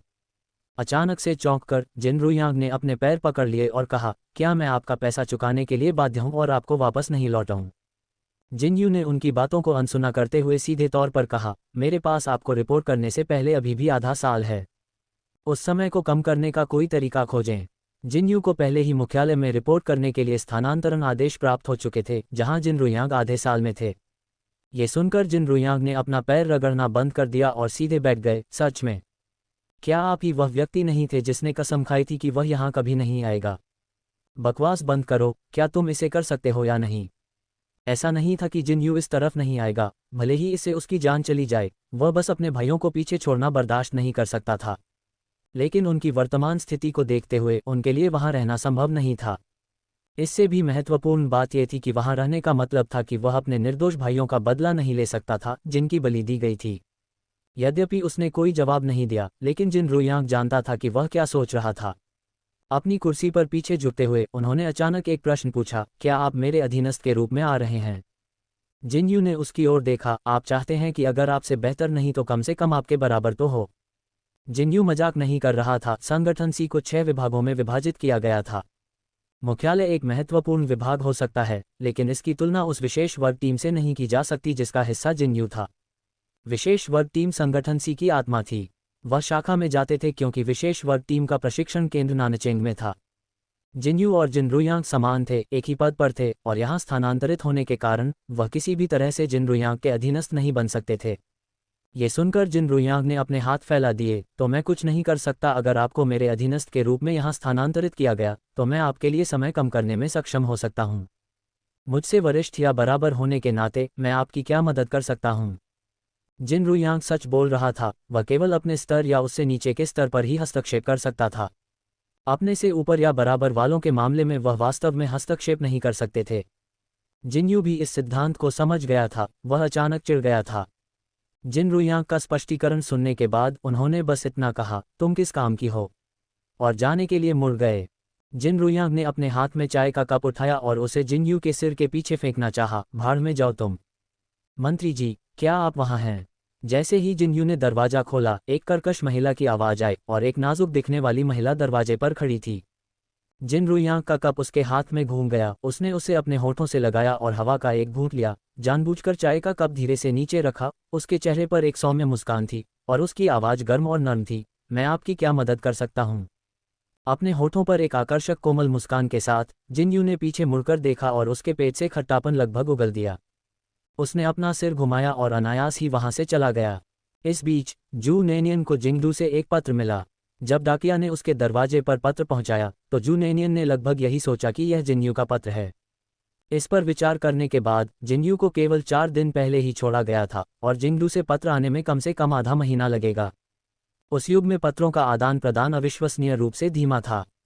इसे किसने लिखा? पत्र प्राप्त करने के बाद जू नेनियन ने लिफाफे पर नाम देखा। एक नज़र में उसके नाम के अलावा एकमात्र अन्य नाम जू कियांग था। जिनयू का चचेरा भाई। जू नेनियन को अब भी वह याद था। उस पर उसका गहरा प्रभाव था क्योंकि उसका नाम जू जिकियांग के नाम से केवल एक अक्षर अलग था। वह उसे क्यों लिखेगा? जू नेनियन चलते चलते पढ़ रही थी, प्रिय चचेरे भाई, मैं आपका भावी चचेरा भाई जू कियांग हूँ। जू नेनियन। उसने पढ़ना जारी रखा, कई दिनों से तुम्हें नहीं देखा, तुम्हारी बहुत याद आ रही है, खासकर मेरी जियाओसू की। मैं सोच रही हूँ कि क्या मेरी प्यारी चचेरी बहन तुम्हारे होने वाले चचेरे भाई को जियाओसू दे पाएगी। जू नेनियन को सिरदर्द होने लगा क्योंकि उसे अंततः समझ आ गया कि पत्र के अंत में वह जियोसू के बारे में क्या बात कर रहा था। एक क्षण के लिए ऐसा लगा जैसे उसके सिर के ऊपर कौवे उड़ रहे हों। भोजन मांगने के लिए इतनी अलंकृत भाषा में पत्र लिखना। जू नेनियन कुछ हद तक खुश थे। वास्तव में एक चरित्र। संयोगवश वह घर जाने के लिए समय निकालने की योजना बना रही थी क्योंकि वह दुकान के नवीनीकरण और व्यवसाय शुरू करने के कारण लगभग 1 महीने से बाहर थी। वह लगभग 1 महीने से इस सब में व्यस्त थी। अगर वह घर जाती तो दुकान में केवल मक्खन लगे नूडल्स ही मिलते, तले हुए व्यंजन नहीं मिलते। चेन शियाओरो की पाककला अच्छी थी, लेकिन अभी भी उसके बराबर नहीं थी। वह नहीं चाहती थी कि चेन शियाओरो उसकी प्रतिष्ठा को बर्बाद करे। चूंकि उसने पूछा था, इसलिए वह मना नहीं कर सकी। वह इस बात को लेकर झिझक रही थी कि घर जाने से पहले कुछ देर के लिए चुपचाप बैठी रहे या नहीं, लेकिन अब उसे लगा कि पहले घर जाना ही बेहतर होगा। ये जू कियांग के लिए कुछ खाना तैयार करने का भी अच्छा समय होगा जिसे वह डाक से भेज सके। इसके अलावा वह कुछ दिन आराम करना चाहती थी और नए व्यंजन के साथ प्रयोग करना चाहती थी। कुछ दिन पहले उसने जो बटर सॉस बनाया था वह पहले से ही जगह की आवश्यकताओं को पूरा कर रहा था। तीसरी रेसिपी सामने आ चुकी थी और अधिक पैसा कमाने के लिए उसने रसोई की किताब में सूचीबद्ध सभी गुप्त तकनीकों में महारत हासिल करने का दृढ़ निश्चय किया। जहां तक जिनयू का सवाल है, जो 4 दिनों से बिना कुछ कहे लापता था, वह जहां भी ठीक लगे वहां रह सकता था। मैडम अब उसका मनोरंजन नहीं करने वाली थीं। जू नेनियन ने कल घर जाने की योजना बनाई क्योंकि उन्हें वहां की वर्तमान स्थिति के बारे में निश्चितता नहीं थी। चून की रेस्तरां को खुले हुए अभी कुछ ही समय हुआ था, इसलिए वह निश्चित रूप से रेस्तरां बंद करके घर नहीं जा सकती थी। उसने निर्णय लिया कि जिन दिनों वह रेस्तरां में नहीं रहेगी, रेस्तरां में तले हुए व्यंजन नहीं बेचे जाएंगे तथा केवल बटर सॉस नूडल्स ही बेचे जाएंगे। उस समय का लाभ उठाते हुए जब तले हुए व्यंजनों के लिए कम ऑर्डर आए, नैनियन ने बटर सॉस और गुप्त गाढ़े सूप को तैयार करने में जल्दबाजी की। शिन्यू ने पहले से ही 2 बाल्टी पानी लाकर रख लिया था ताकि रसोई में मदद कर रहे किन फैंग और चेन शियाओरो को कोई संदेह न हो। बटर सॉस और गुप्त सूप तैयार करने में नैनियन को 3 घंटे से थोड़ा अधिक समय लगा। बटर सॉस के 2 बड़े बर्तन और गुप्त सूप के 2 पूरे बर्तन तैयार हो गए। उसके बाद नैनियन ने लियू सू बनाना फिर से शुरू कर दिया और जो उसने एक दिन पहले शुरू किया था उससे उसने कुल 1000 बना लिए। वह बहुत व्यस्त थी। जैसे ही उसने लियू सू समाप्त किया, रात के खाने की जल्दी शुरू हो गई। बिना किसी आराम के नैनियन को अपनी आस्तीन चढ़ानी पड़ी और तलने का काम जारी रखना पड़ा। अब रेस्तरां के ग्राहक न केवल फैक्ट्री श्रमिक थे, बल्कि आसपास के क्षेत्र के कई निवासी भी थे। एक बार नैनियन का भोजन चखने के बाद सभी ने उसकी प्रशंसा की तथा वहां दोबारा आने वाले ग्राहकों की संख्या भी विशेष रूप से काफी अधिक थी। यहाँ जू होंगशियू का उल्लेख करना उचित होगा, जो जू शिन्यू का छोटा अनुयायी था जो हर दूसरे दिन रेस्तरां में आता था। हालांकि वह वहां कभी नहीं खाती थी, वह हर बार 2 हिस्से ले जाती थी। एक बार नैनियन ने जू शिन्यू को सड़क के उस पार एक छोटी सी गली से चुपके से उसके रेस्तरां की ओर देखते हुए देखा। पहले तो नैनियन ने सोचा कि यह महिला कुछ गलत करने की फिराक में है और कुछ दिनों तक वह सतर्क रहा। बाद में उसे एहसास हुआ कि जू शिन्यू केवल उसके घर पर खाना खाना चाहती थी और शायद उसे अंदर आने में शर्म महसूस होती थी, इसलिए वह हमेशा दूर छिप जाती थी और अपने अनुयायी जू होंगशियू को उसके लिए खाना खरीदने के लिए भेजती थी। आज होंगशियू फिर से आई। नैनियन ने उसकी आवाज़ सुनी जब वह रसोई में हलचल तलना कर रही थी और झाओ पांग को याद आया कि वह क्या चाहती थी। रसोई में ऑर्डर ले आए। नैनियन ने अपनी भौहें उठाईं और कहा कि इस बार यह बटर सॉस नूडल्स के लिए नहीं था। वे दोनों बटर सॉस नूडल्स के प्रति पूरी तरह समर्पित थे और जब भी वहां जाते उन्हें ऑर्डर करते थे। जब नैनियन ने पहली बार अपना रेस्तरां खोला तो बटर सॉस का स्वाद अभी तक स्थान मानकों को पूरा नहीं कर पाया था, लेकिन कई प्रयासों के बाद उन्होंने अंततः इसे पूर्ण कर लिया। इसका परिणाम ये हुआ कि ग्राहक न केवल इससे थके नहीं बल्कि इसके आदी होते चले गए। जू जिन्यू उनमें से एक था।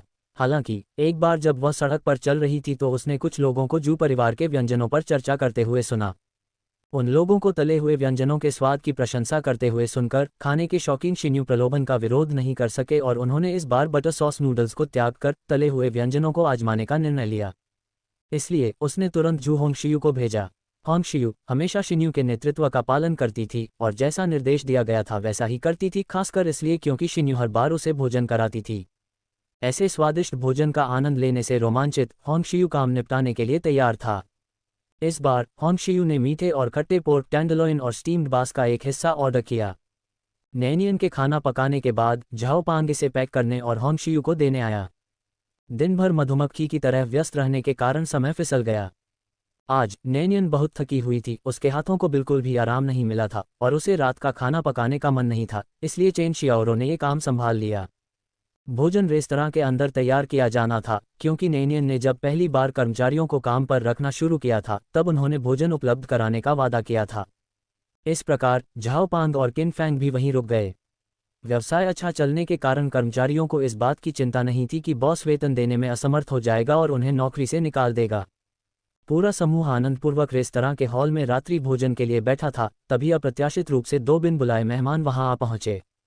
झाओ पांग ने सबसे पहले नए लोगों को रेस्तरां में प्रवेश करते देखा और यह सोचकर कि वे खाने के लिए आने वाले ग्राहक हैं, उत्सुकता से कहा, मुझे खेद है आप दोनों, लेकिन हमारे स्टोव में खाना खत्म हो गया है। आगंतुक एक जोड़ा था। वह आदमी दुबला पतला था और विनम्रतापूर्वक उसके पीछे पीछे चल रहा था। आगे आगे लगभग 30 वर्ष की एक महिला चल रही थी। उसकी आंखें ऊपर की ओर उठी हुई थीं, जिससे ऐसा लग रहा था कि वह तीखी और तीखी बात कह रही है। जू परिवार की छोटी बहन, क्या ये तुम हो? झाओ पांग को अनदेखा करते हुए डुकुई अपनी मोटी कमर के साथ जू नैनियन की ओर चली गई, जो उसकी ओर पीठ करके बैठी थी, और वह उसकी पीठ की आकृति से ही जान गई कि यह जू नैनियन ही थी। ये सुनकर कि डुकुई जू नैनियन को जानता है, झाओ पांग चुप हो गया और अपना सिर भोजन में दबाना जारी रखा। जू नैनियन ने आवाज़ सुनी और अपनी भौहें कसकर सिकोड़ लीं। क्या डुकुई वास्तव में उसे ढूंढने आया था? पिछली बार जब वे दुकान का नवीनीकरण कर रहे थे तो ली किंगशुई मदद करने के लिए आई और उन्होंने बताया कि कोई व्यक्ति उनसे संपर्क जानकारी के बारे में पूछताछ कर रहा था और उन्होंने अनुमान लगाया था कि यह डुकुई था। इतने लंबे समय तक बिना किसी व्यवधान के रहने के बाद जू नेनियन ने सोचा कि डू कुई को कुछ आत्म जागरूकता आ गई है, ये जानते हुए कि उसने उसके साथ सहयोग करने की योजना नहीं बनाई थी और चुपचाप पीछे हट गई थी। लेकिन उसने यह उम्मीद नहीं की थी कि इतने दिनों बाद भी वह उसे ढूंढने आएगी।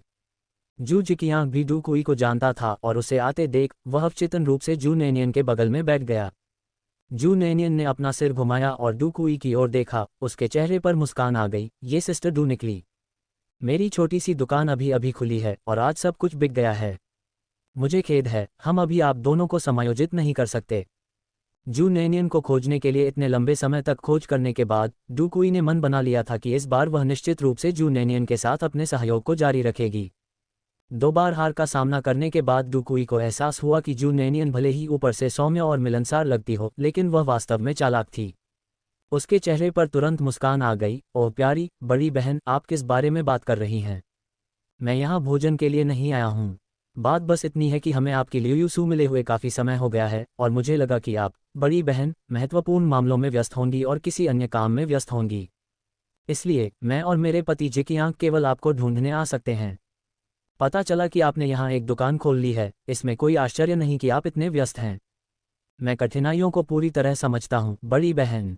मैं इसके बारे में भूल जाने के लिए तुम्हें बिल्कुल भी दोषी नहीं मानता। शुरू से अंत तक डू कुई के चेहरे पर एक ऐसी मुस्कान थी जो पूरी तरह से असहज, चापलूसीपूर्ण और चापलूसी भरी थी। जू नेनियन ने व्यंग्य किया, उसने अच्छा खेल दिखाया था, लेकिन जानबूझकर यह नहीं बताया कि जू जिकियांग ने अब सामान क्यों नहीं दिया।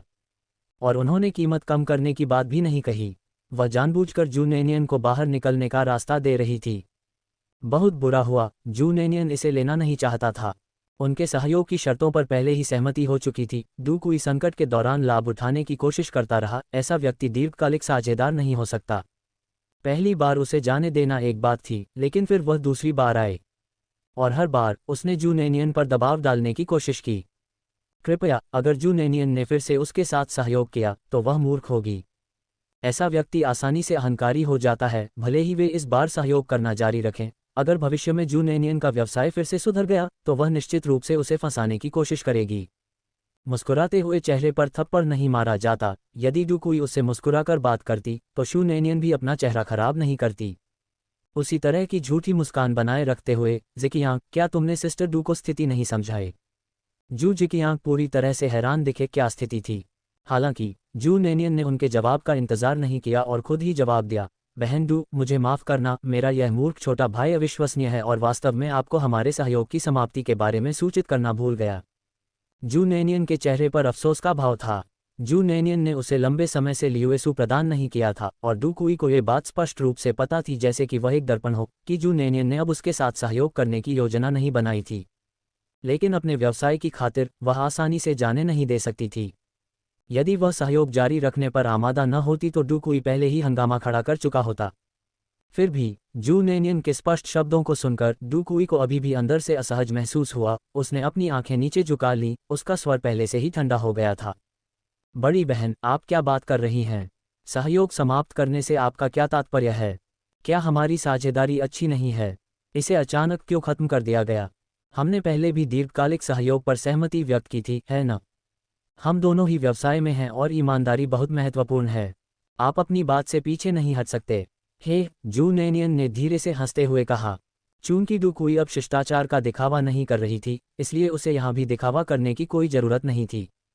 सिस्टर डू, आइए स्पष्ट करें कि वह कौन था जिसमें ईमानदारी की कमी थी और जिसने कम कीमत पर दबाव डालकर फायदा उठाने की कोशिश की।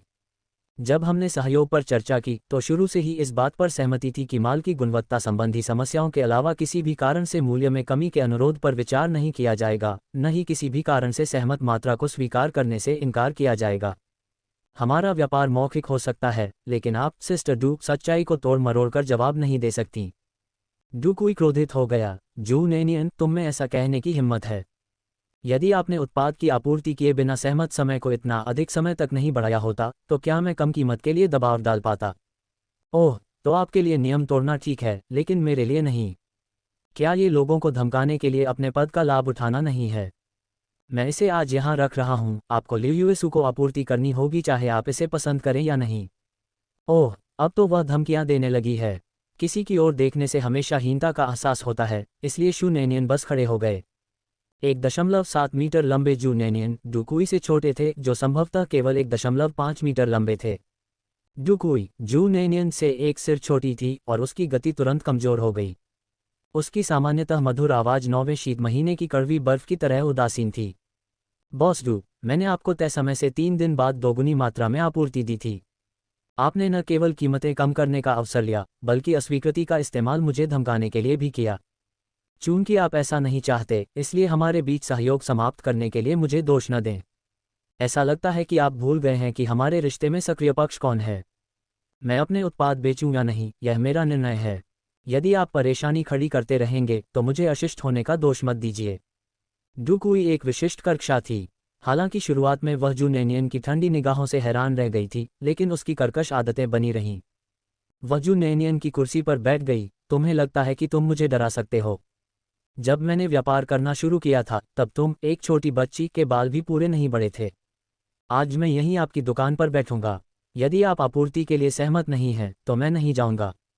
मेरे पास आने वाले प्रत्येक ग्राहक को मैं ये बताऊंगा कि आप में ईमानदारी की कमी है। यदि इससे आपके व्यवसाय पर असर पड़ता है, तो यह मेरी गलती नहीं है। जू नेनियन ने अपनी आंखें सिकोड़ लीं। एक कक्षा हो। आखिरी चीज जिससे वह डरती थी, वह थी इस तरह की बेशर्मी से चिपकना। इस संसार में एक शाश्वत सत्य है, कोमल लोग कठोर लोगों से डरते हैं, कठोर लोग बेशर्म लोगों से डरते हैं, बेशर्म लोग आक्रामक लोगों से डरते हैं, और आक्रामक लोग उन लोगों से डरते हैं जिनके पास खोने के लिए कुछ नहीं है। बिना एक शब्द भी बोले जू नेनियन मुड़ा और रसोई घर में प्रवेश कर गया। इससे पहले डुकुई ने स्टोव में लियुएसू की खुशबू सूंघी थी, और जब वह पास गई तो उसे एहसास हुआ कि यह रसोई से आ रही है। उसने सोचा कि जू नेनियन लियुएसू को लाने के लिए रसोई में गई है, और उसने आत्मसंतुष्ट होकर अपने मुंह के कोने को सिकोड़ लिया। एक युवा लड़की उसके साथ प्रतिस्पर्धा करने की कोशिश कर रही है।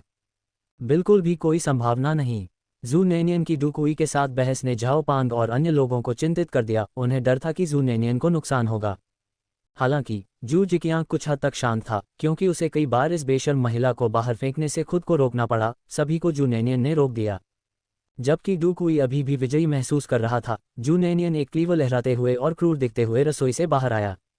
डुकुई, जो रसोई घर की ओर पीट करके खड़ी थी, यह नहीं देख सकी, लेकिन दरवाजे पर खड़े झांगदाजी ने यह देख लिया। वह डुकुई के पास दौड़ा और उसे खींचकर जाने के लिए कहा, जाओ जाओ जाओ, चलो, इस बारे में परेशान मत हो। झांगदाजी आमतौर पर संघर्ष के खिलाफ थे। डुकुई ने अपने ही पति को इतना निर्बल देखकर अधीरता से कहा, कहाँ जाऊं? मैं यहीं रह रहा हूं। एक जोरदार झंझनाहट के साथ डुकुई डर से पीला पड़ गया। जू नेनियन ने चाकू लेकर डुकुई के पास पहुंची, उसे पीछे मेज पर धकेल दिया और चाकू को उसके कान के पास मेज पर जोर से घुसा दिया। इस कार्रवाई से न केवल डुकुई आधी मौत के कगार पर पहुंच गया, बल्कि झाओपान, चेन शियाओरो और अन्य लोग भी स्तब्ध रह गए। वे जू नेनियन को देखते रहे और मुश्किल से निगल पाए। जू नेनियन ने डुकुई पर दांत पीसते हुए कहा, मैं एक बार फिर कहूंगी, उत्पाद मेरा है। अगर मैं चाहूंगी तो बेचूंगी, और अगर मैं नहीं चाहूंगी तो कोई मुझे मजबूर नहीं कर सकता। यदि आप कोई तमाशा खड़ा करना चाहते हैं और मुझसे चिपकना चाहते हैं, तो ठीक है, मैं आपकी मदद करूंगा। आज यहीं बैठो और जाने के बारे में सोचो भी मत। उसने जानबूझकर डुकुई के कान पर ब्लेड दबाया। ठंडे स्टील के कारण डुकुई अनियंत्रित रूप से कांपने लगा।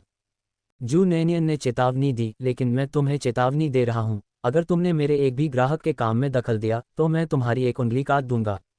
ऐसा मत सोचो कि मैं ऐसा नहीं करूंगा। ये दुकान मेरी जिंदगी है। अगर तुमने इसमें कोई गड़बड़ी करने की हिम्मत की तो मैं अपनी जान की बाजी लगा दूंगा। डुकुई शू नेनियन के भयंकर धमकी भरे चेहरे को घूर रही थी और महसूस कर रही थी कि वह छुरी किसी भी क्षण उसका कान काट सकती है। वह पहले ही डर से भीग चुकी थी। इससे पहले कि जू नेनियन अपने कठोर शब्द समाप्त कर पाती, उसे मूत्र की तेज गंध महसूस हुई। डुकुई कांप रहा था और विनती कर रहा था, मुझे अब आपकी आपूर्ति नहीं चाहिए। यह आपके व्यवसाय में भी हस्तक्षेप नहीं करेगा। मैं आपसे विनती करता हूं, कृपया मुझे मत मारिए। उद्धरण चिन्ह। वह रुक रुक कर सिसक रही थी, छलनी की तरह कांप रही थी और मूत्र की गंध तेज होती जा रही थी, जबकि उसका पति झांगदाजी पहले ही दुकान से भाग चुका था और प्रवेश द्वार पर चिंतित होकर खड़ा होकर समझा रहा था। मिस जू, यह मेरा कोई काम नहीं है। जू नेनियन ने मन ही मन उपहास किया। वे दोनों कितने कायर थे, उनमें दूसरों के लिए परेशानी पैदा करने की हिम्मत कैसे हुई? डुकुई के स्तर पर वह बेशर्म से अधिक कुछ नहीं थी। वह एक सच्ची कक्षा के स्तर तक भी नहीं पहुंच पाई थी। जू नेनियन के घर में भी ऐसी ही एक कक्षा स्त्री थी, उसकी माँ। इसकी तुलना में उसकी माँ सच्ची कक्षा थी। यदि उसकी माँ यान कुइहुआ को आज इस स्थिति का सामना करना पड़ता तो वह अपनी गर्दन आगे की ओर झुका लेती। वह जानबूझकर उकसाती थी, तो फिर मुझे काटो, आओ, यही जहाँ खून ज्यादा है, यहाँ निशाना लगाओ और जितना काटने की हिम्मत है उतने काटो। यदि तुम मुझे नहीं मारोगे तो मैं जीवन भर तुम्हारे साथ रहूंगी, यदि मैं मर गई तो तुम अपना जीवन जेल में बिताओगे। ये सही है। यान कुइहुआ बहुत भयंकर था। अपनी माँ की बेशर्मी के बारे में सोचकर जू नैनियन को किसी तरह से गर्व महसूस हुआ। रुको रुको, वर्तमान स्थिति से निपटना अधिक महत्वपूर्ण है। खुद को पेशाब करने की हद तक डर लगने के कारण और हवा में उस गंध के कारण जू नैनियन ने घृणा से भौहें सिकोड़ लीं। सोचिए, उसमें इतनी हिम्मत थी कि वह यहाँ आए। तुम चिपकोगे नहीं? उसने पूछा। डुकुई के होंठ कांप उठे। नहीं, अब और नहीं चिपकना। जू नैनियन ने सिर हिलाया लेकिन चाकू वापस नहीं लिया। मैं तुम्हें चेतावनी दे रहा हूँ, मेरी पीठ पीछे कुछ भी चोरी छिपे मत करना। आप प्रार्थना करें कि मेरे स्टोव का कारोबार बेहतर से बेहतर होता जाए। थोड़ी सी भी परेशानी का संकेत मिला तो मैं चाकू लेकर तुम्हारे घर आ जाऊंगा और तुम्हें काट डालूंगा। डुकुई रोने के करीब थी, अब वह कोई भी गलत कदम उठाने की हिम्मत नहीं कर पा रही थी। उसकी बुदबुदाहट कंपन की नई ऊंचाई पर पहुंच गई जब उसने विनती की, मैं फिर कभी हिम्मत नहीं करूंगी, कभी नहीं। आप बड़े उदार हैं, मुझे इस बार क्षमा कर दीजिए। मेरा जीवन किसी और के हाथों में था और डुकुई अब और अहंकारी होने की हिम्मत नहीं कर सकता था। इसके अलावा वह घर पर बुजुर्गों और बच्चों के साथ एक काय थी जो जू नैनियन के खिलाफ अपनी जान जोखिम में डालने की हिम्मत नहीं कर रही थी। वह मृत्यु और दर्द से भी डरती थी। जब जू नैनियन ने यह सुना तो उसने डुकुई को पहले से ही छलनी की तरह कांपते हुए देखा। उसने उसे जाने दिया। जैसे ही उसने चाकू रखा, डुकुई ऐसे भाग गई मानो वह लड़खड़ा रही हो और खुद को गीला कर रही हो। अपने पीछे केवल एक कुर्सी और फर्श पर पीले मूत्र का एक गड्ढा छोड़कर चले गए। जू नैनियन ने भौहें चढ़ाईं, यह महसूस करते हुए कि उसका भोजन अब बर्बाद हो गया था। जियाओ रॉ, आंटी केन, इसे साफ करो।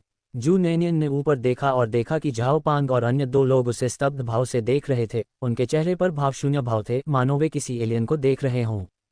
केवल जिकियांग ही थोड़ा अधिक शांत था, क्योंकि अपनी याददाश्त खोने से पहले जू नैनियन घर पर हमेशा से ही इतनी जिद्दी और आक्रामक रही थी, बिल्कुल अपनी माँ की बेटी जैसी। डुकुई के चले जाने के बाद जू नैनियन ने उग्र और भयभीत होने का नाटक करना बंद कर दिया। उसकी अभिव्यक्ति सामान्य हो गई और वह भ्रम में पलकें झपकाने लगी। क्या मेरे चेहरे पर कुछ है? तुम सब मुझे क्यों घूर रहे हो?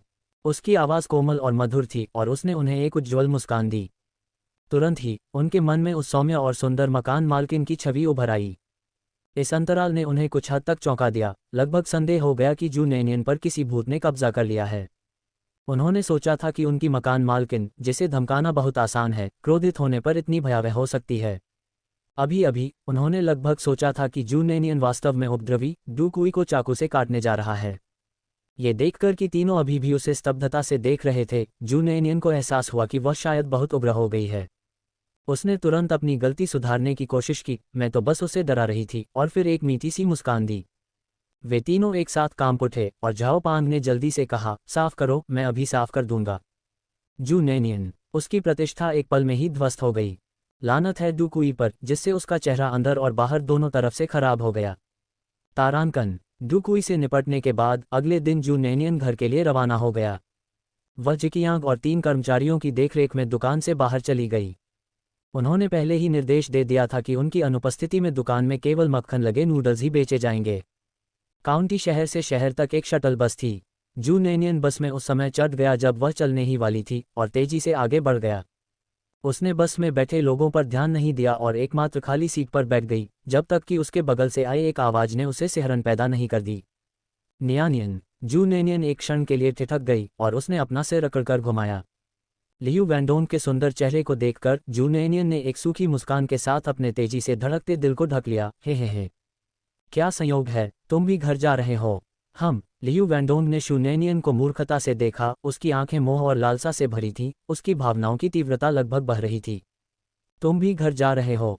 उसने पूछा। हाँ, मुझे घर पर कुछ काम निपटाने हैं, जू नैनियन ने लापरवाही से जवाब दिया, अपना सिर घुमाकर सीधे सामने देखते हुए, लियू वैंडोंग की नज़रों से बचते हुए। शटल बस पूरे रास्ते में हिलती रही। जू नैनियन को ऐसा महसूस हुआ जैसे उसके अंदर के हिस्से झटके से बाहर निकल रहे हों। उसका चेहरा अस्वस्थ रूप से पीला पड़ गया था और बस में तरह तरह की बदबू फैली हुई थी। कुछ लोग तले हुए स्नैक्स खा रहे थे, कुछ लोग सूखा तंबाकू पी रहे थे और कुछ लोग तो अपने पैरों को भी नोच रहे थे।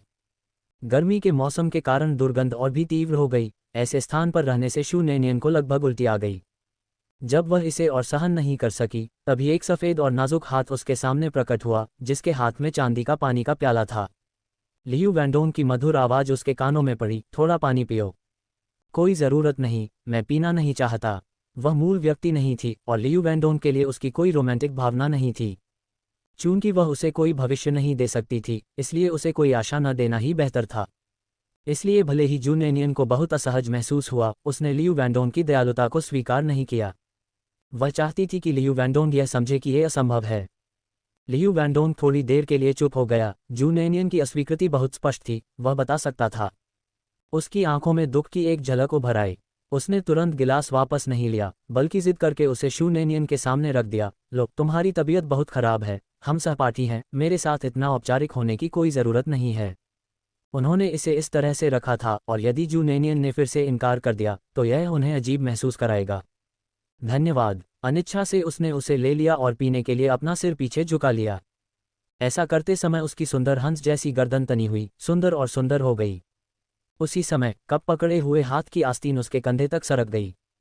जू नेनियन ने 3/4 आस्तीन वाला क्रेप डी चाइन ब्लाउज पहना हुआ था, जिसे उन्होंने स्वयं खरीदे कपड़े से बनाया था, तथा इसमें बेल कफ लगे थे।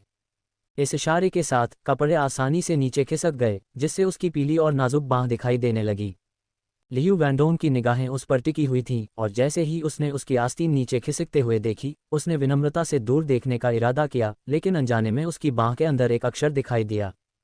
यद्यपि चरित्र टेढ़ा मेढ़ा उकेरा गया था, फिर भी लियू वैंडोंग ने उसे स्पष्ट रूप से उकेरा। डोंग, यह उसका नाम था। उसे अचानक जू नेनियन का एक मजाक याद आ गया जो उन्होंने स्कूल के दिनों में किया था। उन्होंने कहा कि यदि उन्हें कभी कोई ऐसा व्यक्ति मिलता है जो उन्हें पसंद आता है, तो वह उस व्यक्ति का नाम अपनी त्वचा पर उकेर लेती हैं, क्योंकि इस तरह यादें गहरी हो जाती हैं। उस समय उसने उस पर हंसते हुए कहा था कि यह आत्मक्षति है, लेकिन वह बिना कुछ कहे बस मुस्कुरा दी थी। इसलिए यह एकतरफा प्यार नहीं था, न ही उसने उसकी भावनाओं को गलत समझा था। नेनियन भी उसे पसंद करती थी। लियू वैंडोंग का चेहरा उत्साह से लाल हो गया, उसकी मोहित निगाहें जू नेनियन की नाजुक सुंदरता पर टिकी रहीं, और वह काफी देर तक चुप रहा। उसकी आंखों में आंसू भर आए। उसके गले से नीचे उतरते ठंडे पानी ने जू नेनियन के पेट की जलन को कुछ हद तक कम कर दिया। उसने अभी कप नीचे रखा ही था कि उसे ढक्कन लगाने का मौका भी नहीं मिला था कि अचानक कार ने जोर से ब्रेक लगा दिया और शू नेनियन आगे की ओर गिर गई। लियू वैंडोंग भी जड़त्व के कारण आगे की सीट के पीछे से टकरा गए। न्यानियन, क्या तुम ठीक हो? लियू वैंडोंग ने चिंता से पूछा जब वह संभल गया। जू नेनियन का माथा आगे की सीट के पीछे टिका हुआ था, वह कुछ शर्मिंदा महसूस कर रहा था। वह ठीक थी, लेकिन उसके कपड़े ठीक नहीं थे।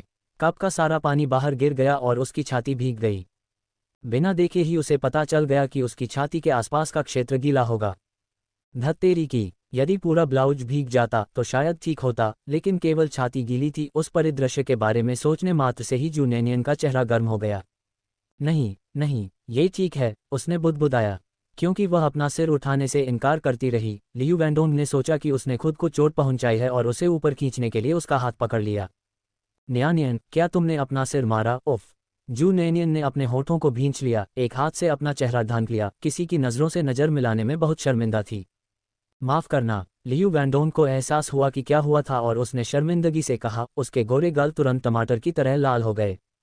जू नेनियन जानती थी कि वह क्यों शर्मा रहा था, क्योंकि उसका ब्लाउज गीला न होने पर भी पूरी तरह से अपारदर्शी था, लेकिन एक बार गीला होने पर वह लगभग धुंधले कपड़े जैसा पारदर्शी हो जाता था।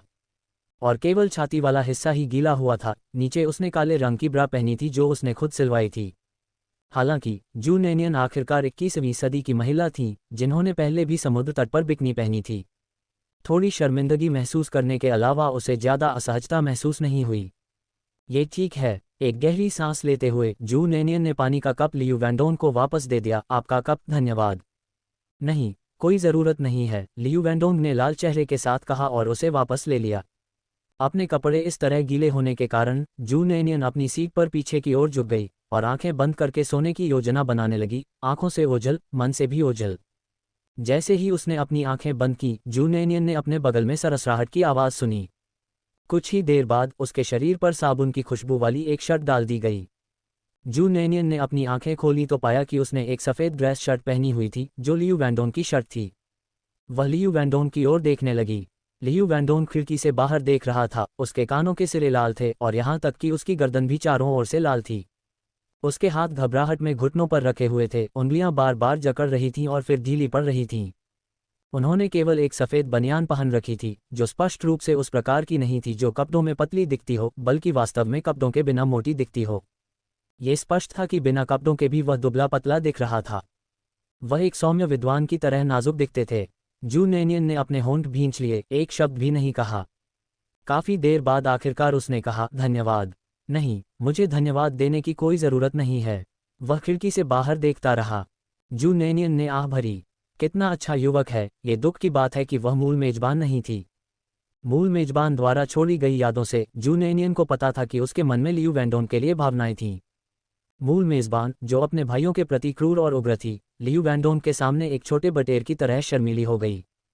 जू नैनियन को अचानक ऐसा महसूस हुआ जैसे उसने किसी तरह एक ऐसे जोड़े को तोड़ दिया है जो खुश रहने वाले थे। उसकी भावनाएं कुछ जटिल थीं, लेकिन ऐसा लग रहा था कि यदि उन्होंने कार्यभार नहीं संभाला होता तो मूल मेजबान की मृत्यु हो चुकी होती। जब जू नैनियन सोच रही थी तो उसे एक ही स्थान पर घूरने की आदत थी। चिंतन से पहले उसकी नज़र लियू वैंडोन पर पड़ी। परिणामस्वरूप 10 मिनट से अधिक समय तक वह गहन विचार में डूबी रही। उसकी निगाहें लियू वैंडोन से हटी ही नहीं। पास बैठी एक बूढ़ी औरत ने यह देख लिया और हंसते हुए बोली, युवक, वह लड़की बहुत देर से तुम्हें देख रही है। तुम क्यों नहीं पलटकर उससे बात करते? यदि युवाओं में मतभेद हैं तो बेहतर है कि चीज़ों को स्पष्ट कर दिया जाए। उसने सोचा था कि लियू वैंडोंग और जू नैनियन एक युवा जोड़ा है जो आपस में झगड़ रहे हैं। उन्होंने न केवल बात की, बल्कि लियू वैंडोंग के कंधे पर थपथपाया भी। तभी जू नैनियन को एहसास हुआ कि वह वही युवा लड़की थी जिसका उल्लेख बूढ़ी महिला कर रही थी। उद्धरण चिन्ह अल्पविराम उद्धरण चिन्ह। बूढ़ी महिला की बातें सुनकर लियू वैंडोंग सीधा खड़ा हो गया। उसकी आंखें और अधिक स्थिर हो गईं। उसने जू नैनियन को स्नेहपूर्वक पुकारा, नैनियन। जू नैनियन। तारांकन। जू परिवार के घर के अंदर। जू डोयू दयनीय भाव से अपने कटोरे से चिपकी रही। माँ, क्या मुझे और चावल मिल सकते हैं? जू जिचेंग ने तुरंत जू डोयू का मुंह बंद कर दिया। माँ, डोयू सिर्फ बकवास कर रहा है। यान कुईहुआ ने अपनी त्रिकोणीय आंखों से घूरते हुए जू जिचेंग को दूर खींच लिया। तुम्हें लगता है कि तुम्हारी माँ बहरी है? जू जिचेंग को दूर खींचने के बाद यान कुईहुआ ने जू डोयू को सीधे सिर पर मारा। खाओ खाओ खाओ, बस इतना ही तुम्हें आता है। क्या आपको लगता है कि चावल ऐसी चीज़ है जिसे हमारा परिवार जब चाहे खा सकता है? अरे खरगोश, क्या चावल खाने से तुम्हारा मुंह खराब हो गया? जब आप पहले चावल की भूसी खाते थे तो आप इतने नखरेबाज नहीं थे। अब तो आप मक्के के आटे से भी नाक भान सिकोड़ने लगे हैं। यदि आप खाना नहीं चाहते तो खाना छोड़ दीजिए। खाना छोड़ने से आपकी मृत्यु नहीं होगी। यान कुईहुआ द्वारा डांटे जाने पर जू डोयू उदास दिख रही थी। उसका सिर किसी गोलमटोल खिलौने की तरह हिल रहा था। जू डोयू दयनीय रूप से रोई, अपने कटोरे में रखे मकई के आटे को घूरती रही और सिसकने लगी। रोते हुए उसने नाक सुड़कते हुए कहा, बहन ने कहा था कि वह भविष्य में डोयू को खाने के लिए चावल देगी। बूहू, तुम्हारी बहन तुम्हें बिगाड़ रही है। तुम छोटे खरगोश हो। क्या तुम्हें नहीं पता कि उसके लिए ये कितना कठिन है? आपकी बहन दुकान चलाने और व्यापार करने के लिए बाहर गई है। माँ को आपकी बहन के लिए पैसे बचाने की ज़रूरत है। यदि आपकी बहन को नुकसान हो जाए तो क्या उसके वापस आने पर भी आपके पास खाने के लिए चावल होगा? चुप रहो, वरना माँ तुम्हें पीट पीट कर मार डालेगी। जैसे ही वह बोल रही थी, यान कुईहुआ ने जू डोयू को मारने के लिए अपना हाथ उठाया, जिससे जू जिचेंग भयभीत होकर तुरंत डोयू को बचाने लगा। जू दावेई एक तरफ बैठ गया, उसका सिर नीचे था और वह खाना मुंह में डाल रहा था। कुछ निवाले खाने के बाद उसने शांति बनाने की कोशिश की। आप थोड़ा कम कह सकते थे। यान कुईहुआ ने तुरंत घूरते हुए कहा, अब तुम अच्छे आदमी की भूमिका निभाने आए हो। जब खरगोश खाने के लिए चावल चुरा रहा था तो आपने उसे रोका क्यों नहीं? ऐसा मत सोचो कि वह अनजान थी, उसने उन्हें बिगाड़ दिया था। ये सोचकर कि अब घर बेहतर स्थिति में है, वे फिजूल खर्ची कर सकते हैं। उसने ऐसा सोचने की हिम्मत नहीं की। वह कीमती चावल उसकी प्यारी बेटी ने कड़ी मेहनत से कमाया था, उसे वापस आने पर खाने के लिए बचा कर रखना पड़ा। घर में खाने के लिए मक्के का आटा होना पहले से ही एक विलासिता थी। ये सब उसकी प्यारी बेटी की बदौलत संभव हुआ। वह तो ये भी नहीं जानती थी कि उसकी प्यारी बेटी को कितनी मुश्किलों का सामना करना पड़ रहा है। यदि उसे अपनी बेटी को परेशान करने का डर न होता तो यान कुईहुआ की इच्छा होती कि उसके पंख उगाएं और वह उसकी देखभाल के लिए शहर तक उड़कर आ जाए। जब जू नैनियन गांव लौटी तो गांव वालों ने उनका गर्मजोशी से स्वागत किया। घर पहुंचकर जैसे ही उसने आंगन का गेट खोला, उसे अंदर से यान कुईहुआ की डांटने वाली आवाज़ सुनाई दी। जू डोयू के रोने की आवाज़ भी आ रही थी। जू नैनियन ने सोचा कि यान कुईहुआ फिर से डोयू को पीट रहा है और जल्दी से घर में भाग गया। माँ, डोयू को क्या हुआ? जू नैनियन के अचानक घर में प्रवेश से पूरा परिवार आश्चर्यचकित हो गया। यान कुई हुआ एक पल के लिए स्तब्ध रह गई, उसका मुंह काफी देर तक चुपचाप चलता रहा, वह बस जू नैनियन को घूरती रही। थोड़ी देर बाद वह अंततः इससे बाहर आए और झपट कर जू नैनियन के दोनों हाथ पकड़ लिए। मेरे प्यारे बच्चे, तुम आखिरकार वापस आ गए। माँ को तुम्हें अच्छी तरह देखने दो। यान कुई हुआ अब जू डोयू को डांटने की परवाह नहीं कर सकती थी, क्योंकि उसने जू नैनियन के चेहरे को स्नेहपूर्ण अनिच्छा के साथ सहलाया। माँ बहुत प्यारी हैं, आपको दूर रहने में बहुत तकलीफ हुई होगी, अपनी तरफ देखो, आपका वजन कम हो गया है। जू दावेई की आंखें भी धुंधली हो गईं, जैसे ही उसने उन्हें रगड़ा और बुदबुदाया, मेरी प्यारी का वजन कम हो गया है। जू डोयू और जू जिचेंग जू नैनियन को वापस आते देख बहुत खुश थे, दोनों की आंखें उस पर टिकी हुई थीं, वे अपनी खुशी को रोक नहीं पा रहे थे। परिवार की प्रतिक्रिया से जू नैनियन को खुशी और असहायता दोनों महसूस हुई। वह केवल 1 महीने के लिए गायब हुई थी, फिर भी ऐसा महसूस हो रहा था जैसे वह 10 साल से गायब बेटी थी जो अचानक घर लौट आई हो। जू नैनियन उन्हें सांत्वना देने से खुद को नहीं रोक सके। यान कुई हुआ को अपने आंसू रोकने के लिए मनाने में काफी समय लगा। बेबी नियान भूखा होगा, माँ तुम्हारे लिए कुछ पकाएगी, बस इंतजार करो। जू नैनियन के जवाब का इंतजार किए बिना यान कुई हुआ अपने कूल्हों को हिलाते हुए चेहरे पर मुस्कान लिए रसोई की ओर भागी। जू नैनियन को मना करने का मौका भी नहीं मिला। यान कुई हुआ के चले जाने के बाद जू डोयू ने जू नैनियन के पास जाने का साहस किया, दयनीय भाव से दौड़कर उसके पैरों से चिपक गया, अपना चेहरा उनसे सटाते हुए बोला, बहन, डोयू को आपकी याद आई। जू नैनियन ने भावनाओं का उफान महसूस किया, छोटे मूली के सिर को थपथपाते हुए कहा, डोयू अच्छा है, क्या तुम्हारी बहन अब वापस नहीं आई? जू डोयू के चेहरे पर अभी भी आंसू थे। 1 महीने के अंतराल के बाद जू नैनियन ने देखा कि जू डोयू का वजन बहुत बढ़ गया था। वह पहले पतला और छोटा हुआ करता था, लेकिन अब उसके गाल भर गए थे। ऐसा लग रहा था कि घर का खाना पहले से बेहतर हो गया होगा। यान कुई हुआ ने उनके साथ कठोरता से व्यवहार नहीं किया था। जैसे ही उसने ये सोचा, उसने देखा कि जू डोयू उसकी ओर देख रहा है। बहन, डोयू चावल खाना चाहता है। जू नैनियन मुस्कुराया, अगर तुम खाना चाहते हो तो थोड़ा और खा लो। जाने से पहले उसने घर पर चावल का डिब्बा भर लिया था और कुछ उच्च ग्लूटेन वाला आटा भी खरीद लिया था। ये बिना किसी समस्या के परिवार को कई महीनों तक खिलाने के लिए पर्याप्त होना चाहिए। जू डोयू ने शिकायत के साथ कहा, माँ डोयू को इसे खाने नहीं देगी। ये सुनकर जू नैनियन के बोलने से पहले ही जू जिचेंग ने उसे डांटा, डोयू अपना मुंह बंद करो। जू जिचेंग को अपने भाई पर दया आ गई, यदि उसने अभी कुछ कहा तो उसकी बहन के चले जाने के बाद उसे यान कुई हुआ द्वारा दंडित किया जाएगा। यहाँ तक कि जू दावेई ने भी जू डोयू के सिर पर थपथपाते हुए इस पर अपनी असहमति जताई, तुम छोटे बदमाश हो, तुम बहुत ज्यादा बोलते हो। जू नैनियन स्तब्ध रह गया, घर में कुछ गड़बड़ लग रही थी।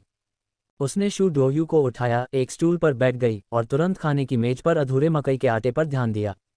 जू नैनियन आश्चर्यचकित हो गए और उन्होंने जू दावेई से पूछा, पिताजी, क्या हमारे पास चावल खत्म हो गए हैं? जू दावेई ने टालमटोल करते हुए कहा, नहीं नहीं, हमारे पास बहुत है, बस आज मकई का आटा खाने का मन हुआ। जू नैनियन इस तरह के बहाने पर विश्वास नहीं करेगी, क्योंकि वह यान कुई हुआ से सच्चाई नहीं जान पाएगी।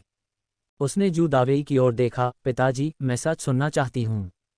यदि यह उसका बेटा होता तो जू दावेई ने बहुत पहले ही उसे तंबाकू के पाइप से मार दिया होता और सच्चाई पूछते हुए ये सोचा होता कि बेटा, जो भी कर सकते हो कर लो। हालांकि वह परिवार के सबसे प्यारे व्यक्ति का सामना कर रहा था और जू दावेई ने अपने होठों को चाटते हुए कहा, इस बारे में चिंता मत करो।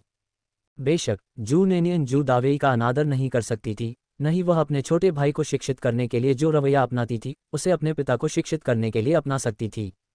इसलिए उसने एक ऐसी तरकीब अपनाई जो उसने काफी समय से नहीं अपनाई थी। उसकी पानी भरी बड़ी बड़ी आंखें झपकने लगीं और आंसू बहने लगे। पिताजी, क्या अब आपको नैनियन पसंद नहीं है? क्या आप नैनियन को कुछ भी बताने को तैयार नहीं हैं? अपनी बेटी को रोते हुए देखकर जू दावेई का दिल टूट गया। वह तुरंत घबरा गए। अरे मेरी बच्ची, मत रो, मैं तुम्हें बताता हूँ, क्या ये ठीक नहीं है? हाँ, योजना सफल रही। जू नैनियन ने जल्दी से अपने आंसू पोंछे और बेसब्री से जू दावेई के स्पष्टीकरण का इंतजार करने लगी। जू दावेई ने जब देखा कि जू नैनियन ने कितनी जल्दी अपने आंसू पोंछे तो उसे अचानक अपनी ही बेटी से मात खाने का एहसास हुआ। अनिच्छा से उनके पास स्थिति स्पष्ट करने के अलावा कोई विकल्प नहीं था। स्पष्टीकरण सुनने के बाद जू नैनियन हैरान रह गई। उसने अपनी मां के प्यार को गंभीरता से कम करके आंका था। जू नैनियन ने जाते समय न केवल परिवार के लिए भोजन छोड़ा था, बल्कि उन्होंने यान कुई हुआ के लिए 50 युआन भी बचाए थे ताकि घर की किसी भी जरूरत के लिए इसे सुविधाजनक बनाया जा सके। हालांकि यान कुई हुआ ने न केवल उसे दिए गए पैसे खर्च नहीं किए, बल्कि उसने जू नैनियन द्वारा खरीदे गए चावल को भी बंद कर दिया, जिसमें उसने 80 जिन मकई के बदले 20 जिन उच्च ग्लूटेन युक्त आटा खरीदा था। उसके जाने के बाद से परिवार केवल मक्के का आटा खा रहा था। यान कुइहुआ को चिंता थी कि शू नेनियन को अपने व्यवसाय में नुकसान होगा, इसलिए उसने नकदी को भविष्य की जरूरतों के लिए बचाकर रखा और चावल को वापस लौटने के लिए रख लिया। उसे डर था कि भविष्य में वह पैसा नहीं कमा पाएगी और उसके पास खाने के लिए चावल भी नहीं होगा। ये सुनने के बाद जू नेनियन को समझ नहीं आया कि वह हंसे या रोए। इतना ही नहीं, यान कुइहुआ ने सुअर की चर्बी का भी मितव्ययतापूर्वक उपयोग किया था तथा खाना पकाने के लिए प्रतिदिन चॉपस्टिक से थोड़ा सा चर्बी निकालता था। आज जू डोयू को डांटने का कारण यह था कि उसने चुपके से यान कुइहुआ के कमरे से मुट्ठी भर चावल लिया और उसे मकई के आटे के साथ पकाया, जिसे यान कुइहुआ ने खोज लिया था। इसीलिए यान कुइहुआ ने उन्हें विचारधारा और राजनीति का पाठ पढ़ाया। जू नेनियन के पास कहने को शब्द नहीं थे। उनकी यह मां निश्चित रूप से अपने मंत्र पर खरी उतरी तथा उन्होंने उनके साथ अपने हृदय और आत्मा की तरह व्यवहार किया। जू नेनियन कुछ हद तक असहाय महसूस कर रहा था। जू दावेई के बोलने के कुछ ही देर बाद यान कुइहुआ भाप से भरे नूडल्स का कटोरा लेकर बाहर आया। बेबी नियान, चलो, तुम्हें भूख लगी होगी, खाओ, माँ ने तुम्हारे लिए 2 अंडे तोड़े हैं। नूडल्स के कटोरे में न केवल 2 अंडे फोड़े गए थे, बल्कि उसमें चर्बी की एक बड़ी मात्रा भी थी। जू नेनियन को हृदय में पीड़ा और कृतज्ञता की लहर दोनों महसूस हुई। एक क्षण के लिए तो उसे समझ ही नहीं आया कि क्या कहे। माँ, मुझे भूख नहीं है। तुम खाते हो? बिल्कुल नहीं, माँ को भी भूख नहीं है। एक ऐसी माँ के सामने जो अपनी बेटी को सबसे अधिक महत्व देती है, जू नेनियन के लिए मना करना सचमुच कठिन था, इसलिए उसने कटोरा उठाया और खाना खा लिया। उसने शू डोयू को अपनी बाहों में पकड़ लिया, खुद एक निवाला खाया, फिर उसे एक निवाला खिलाया और दूसरा अंडा यान कुइहुआ के कटोरे में डाल दिया। माँ, आप खाओ। माँ को भूख नहीं है, आप खुद खा लीजिए। यान कुइहुआ ने जल्दी से मना कर दिया और अंडे को शू नेनियन के कटोरे में वापस डालने की कोशिश की। जू नेनियन ने तेजी से उसे टाल दिया। यदि आप नहीं खाएंगे तो नेनियन भी नहीं खाएगा। हठपूर्वक जू नेनियन ने किसी की भी बात नहीं सुनी, जिसके कारण यान कुइहुआ की आंखों में आंसू आ गए। अंडे को अपने मुंह में धकेलते हुए, माँ खाएगी, माँ खाएगी। इस बार जू नेनियन ने अपने छोटे भाइयों के साथ अंडे नहीं बांटे और केवल जू डोयू को नूडल्स खिलाए। ये केवल इसलिए था क्योंकि यान कुइहुआ का प्यार बहुत कीमती था और वह उसे निराश नहीं करना चाहती थी। बस एक बार उसे स्वार्थी होने दो। भविष्य में वह अपने दोनों भाइयों के साथ साथ यान कुइहुआ और जू दावेई से भी दोगुनी कमाई करेगी। नूडल्स खाने में सक्षम होने से जू डोयू बहुत खुश हुआ, उसे अंडे की भी लालसा नहीं हुई।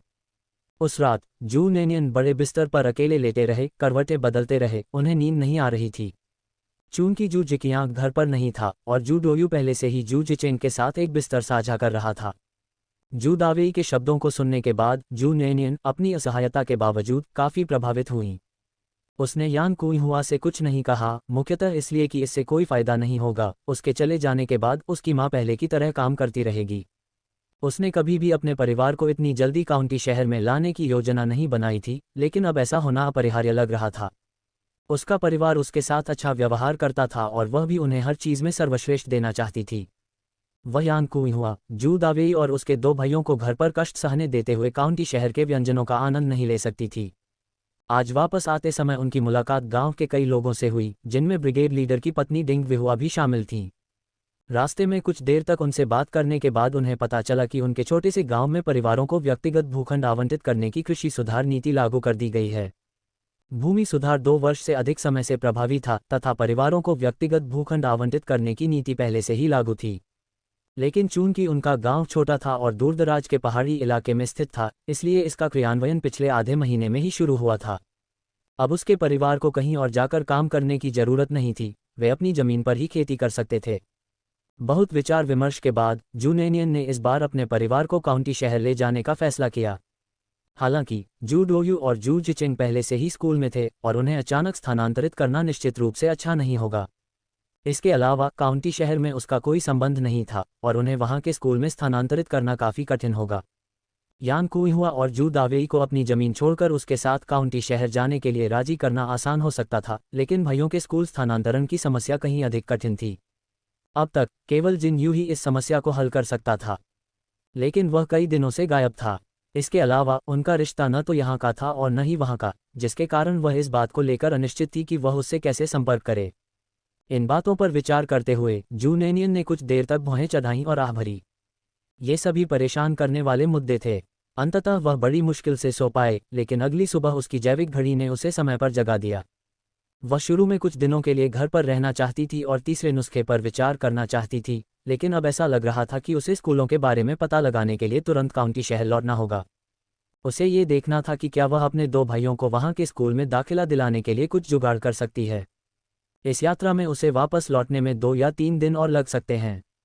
यान कुइहुआ को चावल खाने के लिए प्रोत्साहित करने के लिए जू नेनियन ने उसे यह रहस्य बताया कि उसके पास अब 2000 युआन से अधिक धन है। जब यान कुइहुआ ने सुना कि जू नेनियन के पास 2000 युआन से अधिक है, तो वह इतनी उत्साहित हुई कि वह अपनी बेटी की क्षमताओं की प्रशंसा करने से खुद को नहीं रोक सकी। उस सुबह जाने से पहले जू नेनियन ने आखिरी बार तले हुए मांस का आनंद लिया। यह मांस उस सुअर के मांस से बना था जिसे जिनयू के परिवार ने विवाह पर चर्चा करने के लिए दिया था, जिसे जिनयू ने मांस में बदल दिया था। इतना ही नहीं, यान कुइहुआ ने चावल का एक बड़ा बर्तन भी असाधारण रूप से पकाया था। जू डोयू और जू जिचेंग बहुत खुश थे। काउंटी में वापस जू नेनियन तुरंत स्टो या अपने निवास पर नहीं गई। वह काउंटी के प्राथमिक विद्यालयों का पता पूछने के लिए सीधे ली किंगशुई के घर गई। ली किंगशुई ने उससे पूछा कि वह ये क्यों जानना चाहती है, और जू नेनियन ने उसे बताया कि वह अपने 2 छोटे भाइयों को दूसरे स्कूल में स्थानांतरित करने में मदद करना चाहती है। ली किंगशुई विशेष रूप से जू नेनियन के प्रति आभारी थी क्योंकि उसने उसे एक बार बचाया था।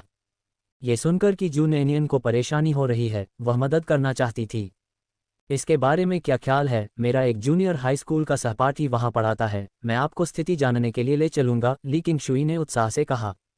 जू नेनियन मूल रूप से काउंटी के प्राथमिक विद्यालय का पता जानने के लिए यहाँ आई थी, लेकिन उन्हें मदद के लिए एक परिचित चेहरा मिलने की उम्मीद नहीं थी, और उन्होंने तुरंत मुस्कुराते हुए कहा, यह बहुत अच्छा है, मैं वास्तव में आपको परेशान करने के लिए परेशान हूँ, सिस्टर ली। ली किंगशुई को उसका सीधा और सरल काम करने का तरीका पसंद आया। यदि वह कोई सामान्य व्यक्ति होता तो शायद वे कुछ और बातचीत करते, लेकिन जू नेनियन अलग थे। वह दिखावा करना पसंद नहीं करती थी और संभवतः किसी भी मदद का बदला सीधे तरीके से चुकाती थी।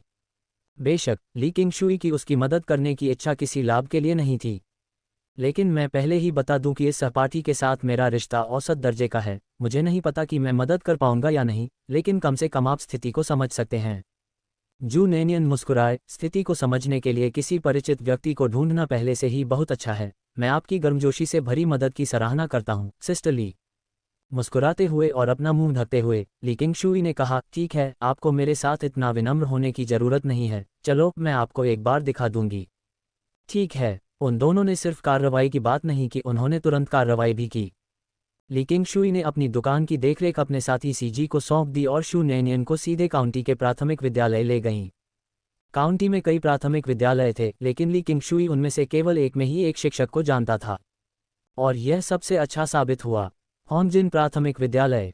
तुम कहते हो तुम्हारे 2 छोटे भाई हैं जो यहाँ पढ़ने आना चाहते हैं।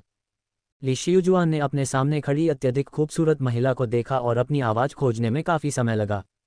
उसने हर तरह के लोग देखे थे, लेकिन इतनी खूबसूरत महिला से उसका सामना कभी नहीं हुआ था।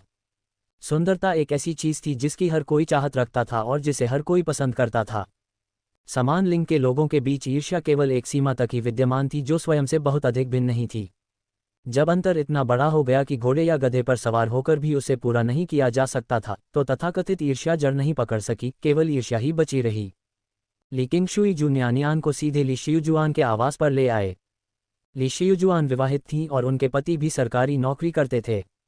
वे स्कूल द्वारा आवंटित शिक्षक छात्रावास में नहीं रहते थे और बाहर चले गए थे। एक एहसान मांगते हुए जू नेनियन विशेष रूप से विनम्र थे। हाँ शिक्षक ली, मैं यहाँ की स्थिति को समझना चाहता हूँ। उसकी कोमल आवाज़ मधुर और सुखद थी, और उसने जानबूझकर अपने स्वर को नरम कर दिया था, जिससे सुनने में उसे अत्यंत सुखद बना दिया था, जैसे गर्मियों में धीमी गति से बहती हुई हल्की हवा कानों के पास से गुजर रही हो। ये गर्म और मुलायम था, लेकिन आकर्षक नहीं था, और उसके चेहरे पर लगातार दयालु मुस्कान के कारण ली शियुजुआन को उसके बारे में विशेष रूप से अच्छी धारणा थी। उसने अनायास ही अपनी आवाज़ को नरम कर लिया, अपनी सामान्य गंभीरता को त्यागते हुए। आपके भाइयों की उम्र कितनी है? जू नेनियन ने कहा, बड़ा बच्चा 9 साल का है, छोटा 6 साल का है। ली शियुहुआन ने सिर हिलाया। 6 साल का बच्चा प्री स्कूल कक्षा में जा सकता है और 9 साल का बच्चा तीसरी कक्षा में जा सकता है। हालांकि हमारा होंगक्सिन प्राथमिक विद्यालय काउंटी का सबसे अच्छा प्राथमिक विद्यालय है। इसके लिए प्रवेश परीक्षा की आवश्यकता होती है। इसके अलावा स्कूल 1 महीने से अधिक समय से चल रहा है। मध्यावधि प्रवेश से बच्चे की पढ़ाई प्रभावित हो सकती है और वे स्कूल में स्थानांतरित हो सकते हैं या नहीं, ये निर्णय मैं नहीं ले सकता। इसे प्रिंसिपल या निदेशक द्वारा अनुमोदित किया जाना आवश्यक है। ये वही मुद्दा था जिससे जू नेनियन जूझ रहा था। वास्तव में चून की जू जिचेंग कभी स्कूल नहीं गया था, हालांकि वह 9 साल का था। वह जू डोयू की तरह था और प्री स्कूल कक्षा का था। गांव में कई बच्चे स्कूल जाने में असमर्थ थे। 11 या 12 वर्ष के बच्चों का प्री स्कूल कक्षा में होना असामान्य नहीं था। इस युग में ग्रामीण क्षेत्र ऐसे ही थे, लेकिन ये काउंटी था। भले ही वह समय पहले का था, लेकिन गांव की तुलना में वहां हमेशा अधिक नियम थे। और अचानक जू जिचेंग को यहां स्थानांतरित करने का मतलब निश्चित रूप से यह होगा कि वह पढ़ाई जारी नहीं रख पाएगा। जू नेनियन को ऐसा महसूस हुआ जैसे चिंता के कारण उसके बाल झड़ने वाले हैं। आखिरकार ये पूरे काउंटी का सबसे अच्छा प्राथमिक विद्यालय था। वह अपने भाइयों को समय से पहले ही आगे बढ़ने के कारण सीखने के आनंद से वंचित नहीं करना चाहती थी। फिर भी गांव में शिक्षा वास्तव में पिछड़ी हुई थी। वह पारिवारिक स्थिति से अच्छी तरह परिचित थी और उसे नज़रअंदाज नहीं कर सकती थी। बहुत सोचने के बाद जू नेनियन ने अंततः अपनी रुचि का पीछा नहीं किया। क्षमा याचना करते हुए खड़ी हो गईं और ली जियोजुआन को थोड़ा सा झुकाया। मुझे खेद है शिक्षक ली, लेकिन इस पर विचार करने के बाद मुझे लगता है कि मेरा छोटा भाई वास्तव में आपके प्रतिष्ठित स्कूल के लिए उपयुक्त नहीं है। मैंने आपका समय बर्बाद किया है। ली किंगशुई हैरान रह गया। उसे समझ नहीं आया कि जू नेनियन ने अचानक अपना मन क्यों बदल दिया। हालांकि ली जियोजुआन से बात करना बहुत आसान था। कोई बात नहीं, इससे कुछ भी प्रभावित नहीं होता। इस पर विचार करने के लिए अपना समय लें। यदि आप यहाँ आने का निर्णय लेते हैं तो मैं आपको प्रिंसिपल से मिलवा सकता हूँ। धन्यवाद शिक्षक ली। तारांकन। जैसे ही वे ली शियुजुआन के घर से बाहर निकले, ली किंगशुई ने असमंजस में पूछा, सच में नेनियन क्या हो रहा है? आपने अचानक अपना मन क्यों बदल दिया? क्या आपको चिंता है कि उसे स्वीकार नहीं किया जाएगा? ली किंगशुई को इस बात से कोई आपत्ति नहीं थी कि जू नेनियन ने उसे बिना किसी कारण के यहाँ आने पर मजबूर किया था। वह बस इस बात से चिंतित थी कि जू नेनियन के निर्णय के पीछे कोई अज्ञात कारण हो सकता है।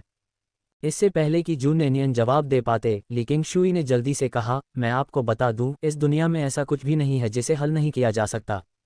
ली किंगशुई ने अपनी उंगलियां आपस में रगड़ते हुए कहा, जब तक आप इसे पर्याप्त मात्रा में उपलब्ध कराते रहेंगे तब तक हर कोई आपको सम्मान देने को तैयार रहेगा। अगर आपके पास पैसे कम हो तो अपनी बहन से कह दीजिए, मैं आपको नकद राशि दे सकता हूँ। आखिरकार आप मुझे बाद में लियुसु प्रदान करेंगे। मुझे इस बात का डर नहीं है कि आप मुझे पैसे वापस नहीं देंगे। जू नेनियन को समझ नहीं आ रहा था कि ली किंगशुई की बातों पर हंसे या रोए। आप किस बारे में बात कर रही हैं बहन ली? यह उसके बारे में नहीं है। मेरे पास पर्याप्त पैसा है। बस बात यह है कि मैं अचानक नहीं चाहता कि मेरा भाई इस स्कूल में पढ़े। क्यों नहीं? ली किंगशुई हैरान था। होनगक्सिन प्राइमरी स्कूल पूरे काउंटी का सबसे अच्छा स्कूल है। अगर तुम्हारा भाई यहाँ नहीं आया तो यह उसके लिए बहुत बड़ी क्षति होगी। ली किंगशुई ने सोचा कि जू नेनियन अचानक जिद्दी हो गया है, लेकिन जू नेनियन ने बस अपना सिर हिलाया, बिल्कुल, क्योंकि होनगक्सिन प्राइमरी स्कूल काउंटी का सबसे अच्छा प्राइमरी स्कूल है, इसीलिए मैं नहीं चाहती कि मेरा भाई यहाँ आए। ऐसा क्यों? अब ली किंगशुई को वास्तव में समझ नहीं आया कि जू नेनियन क्या सोच रही थी। हर कोई बेहतर जगहों पर जाना चाहता है। जू नेनियन ने बताया, मेरा भाई पहले कभी स्कूल नहीं गया है। उन्होंने पिछले महीने ही नामांकन शुरू किया है। दोनों छोटे भाई अब प्री स्कूल में हैं। हमारे गांव में शिक्षा निश्चित रूप से काउंटी की शिक्षा के बराबर नहीं है, विशेष रूप से सबसे अच्छे स्कूल में। मैं नहीं चाहता कि मेरा भाई यहाँ आए और अपनी पढ़ाई के कारण दुखी हो जाए। शिक्षा महत्वपूर्ण है। इस पीढ़ी के लिए ये कहावत कि ज्ञान भाग्य बदल देता है, वास्तव में केवल एक खोखला वाक्यांश नहीं है। पढ़ाई हर समय उपयोगी नहीं हो सकती, ये धन या समृद्धि की गारंटी नहीं दे सकती, लेकिन यह निश्चित रूप से व्यक्ति की सोच को व्यापक बनाती है, और यह कभी भी बुरी बात नहीं है। हालांकि जू नेनियन अपने भाई को दुखी वातावरण में बड़ा होने के लिए मजबूर नहीं करना चाहती थी। कभी मत कहो कि बच्चे भोले होते हैं, उनकी दुनिया सबसे सरल होती है। कभी कभी बच्चों की सरलता और भोलापन सबसे अधिक दुखदायी हो सकता है। उसका भाई ग्रामीण क्षेत्र से आया था और उसका शैक्षणिक प्रदर्शन निश्चित रूप से काउंटी के सर्वश्रेष्ठ स्कूलों के छात्रों के बराबर नहीं था। इसके अलावा शू जिचेंग पहले से ही 8 या 9 साल का है, और होनगक्सिन प्राइमरी स्कूल में प्रवेश करते समय उनकी स्थिति भी ऐसी ही है। कक्षा में मासूम बच्चे कह सकते हैं, देखो वे ग्रामीण इलाकों से हैं और उनके ग्रेड बहुत खराब हैं, हमें उनके साथ नहीं खेलना चाहिए। वे ये भी कह सकते हैं, जू जिचेंग को देखो, वह बहुत बुरा है और अभी भी प्री स्कूल में है। क्या उसे शर्म नहीं आती?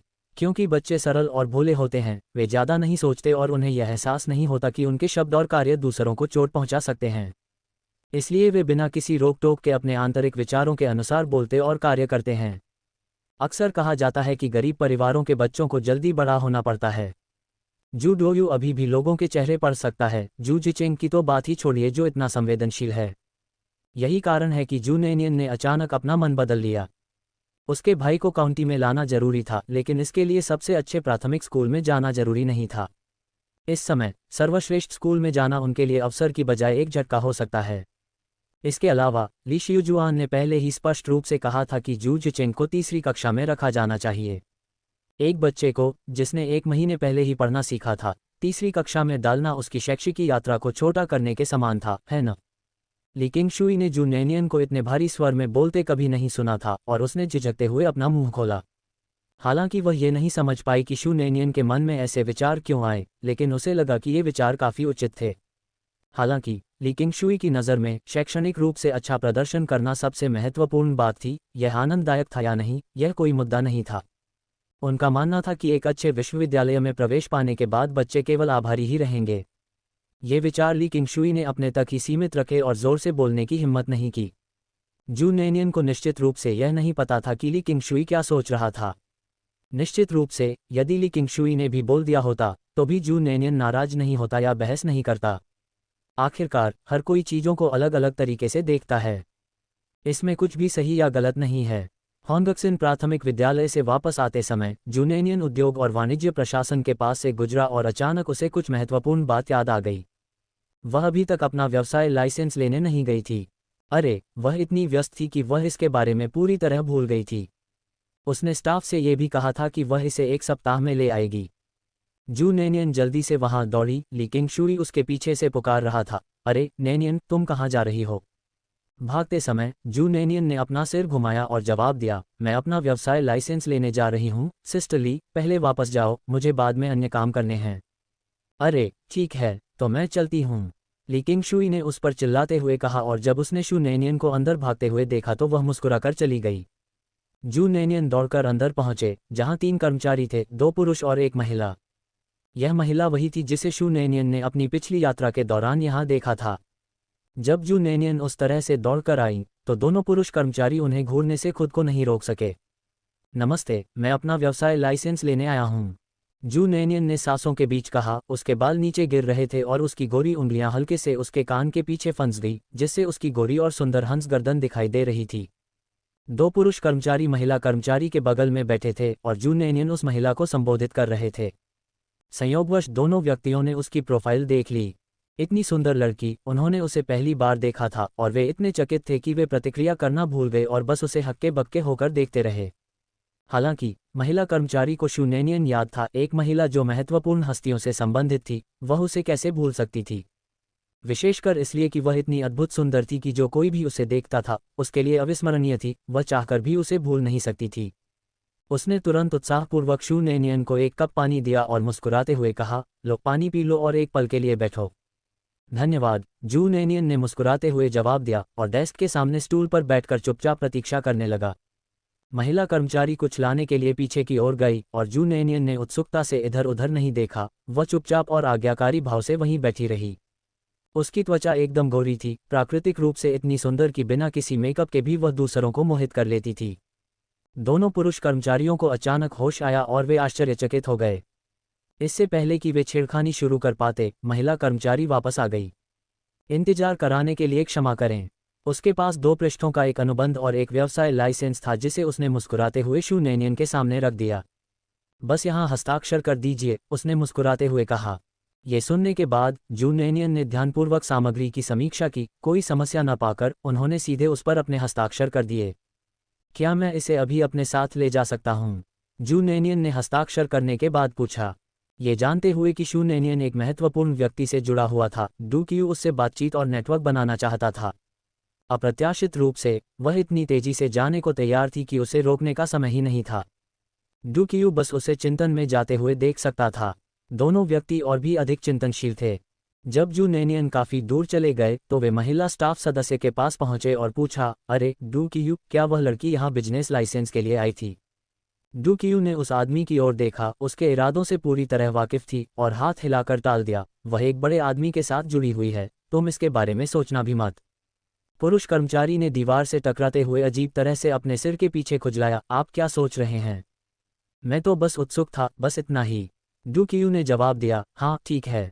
आप लोग शायद ऐसी बातों से युवा लड़कियों को बेवकूफ़ बना सकते हैं, लेकिन मुझे बेवकूफ़ बनाने के बारे में सोचना भी मत।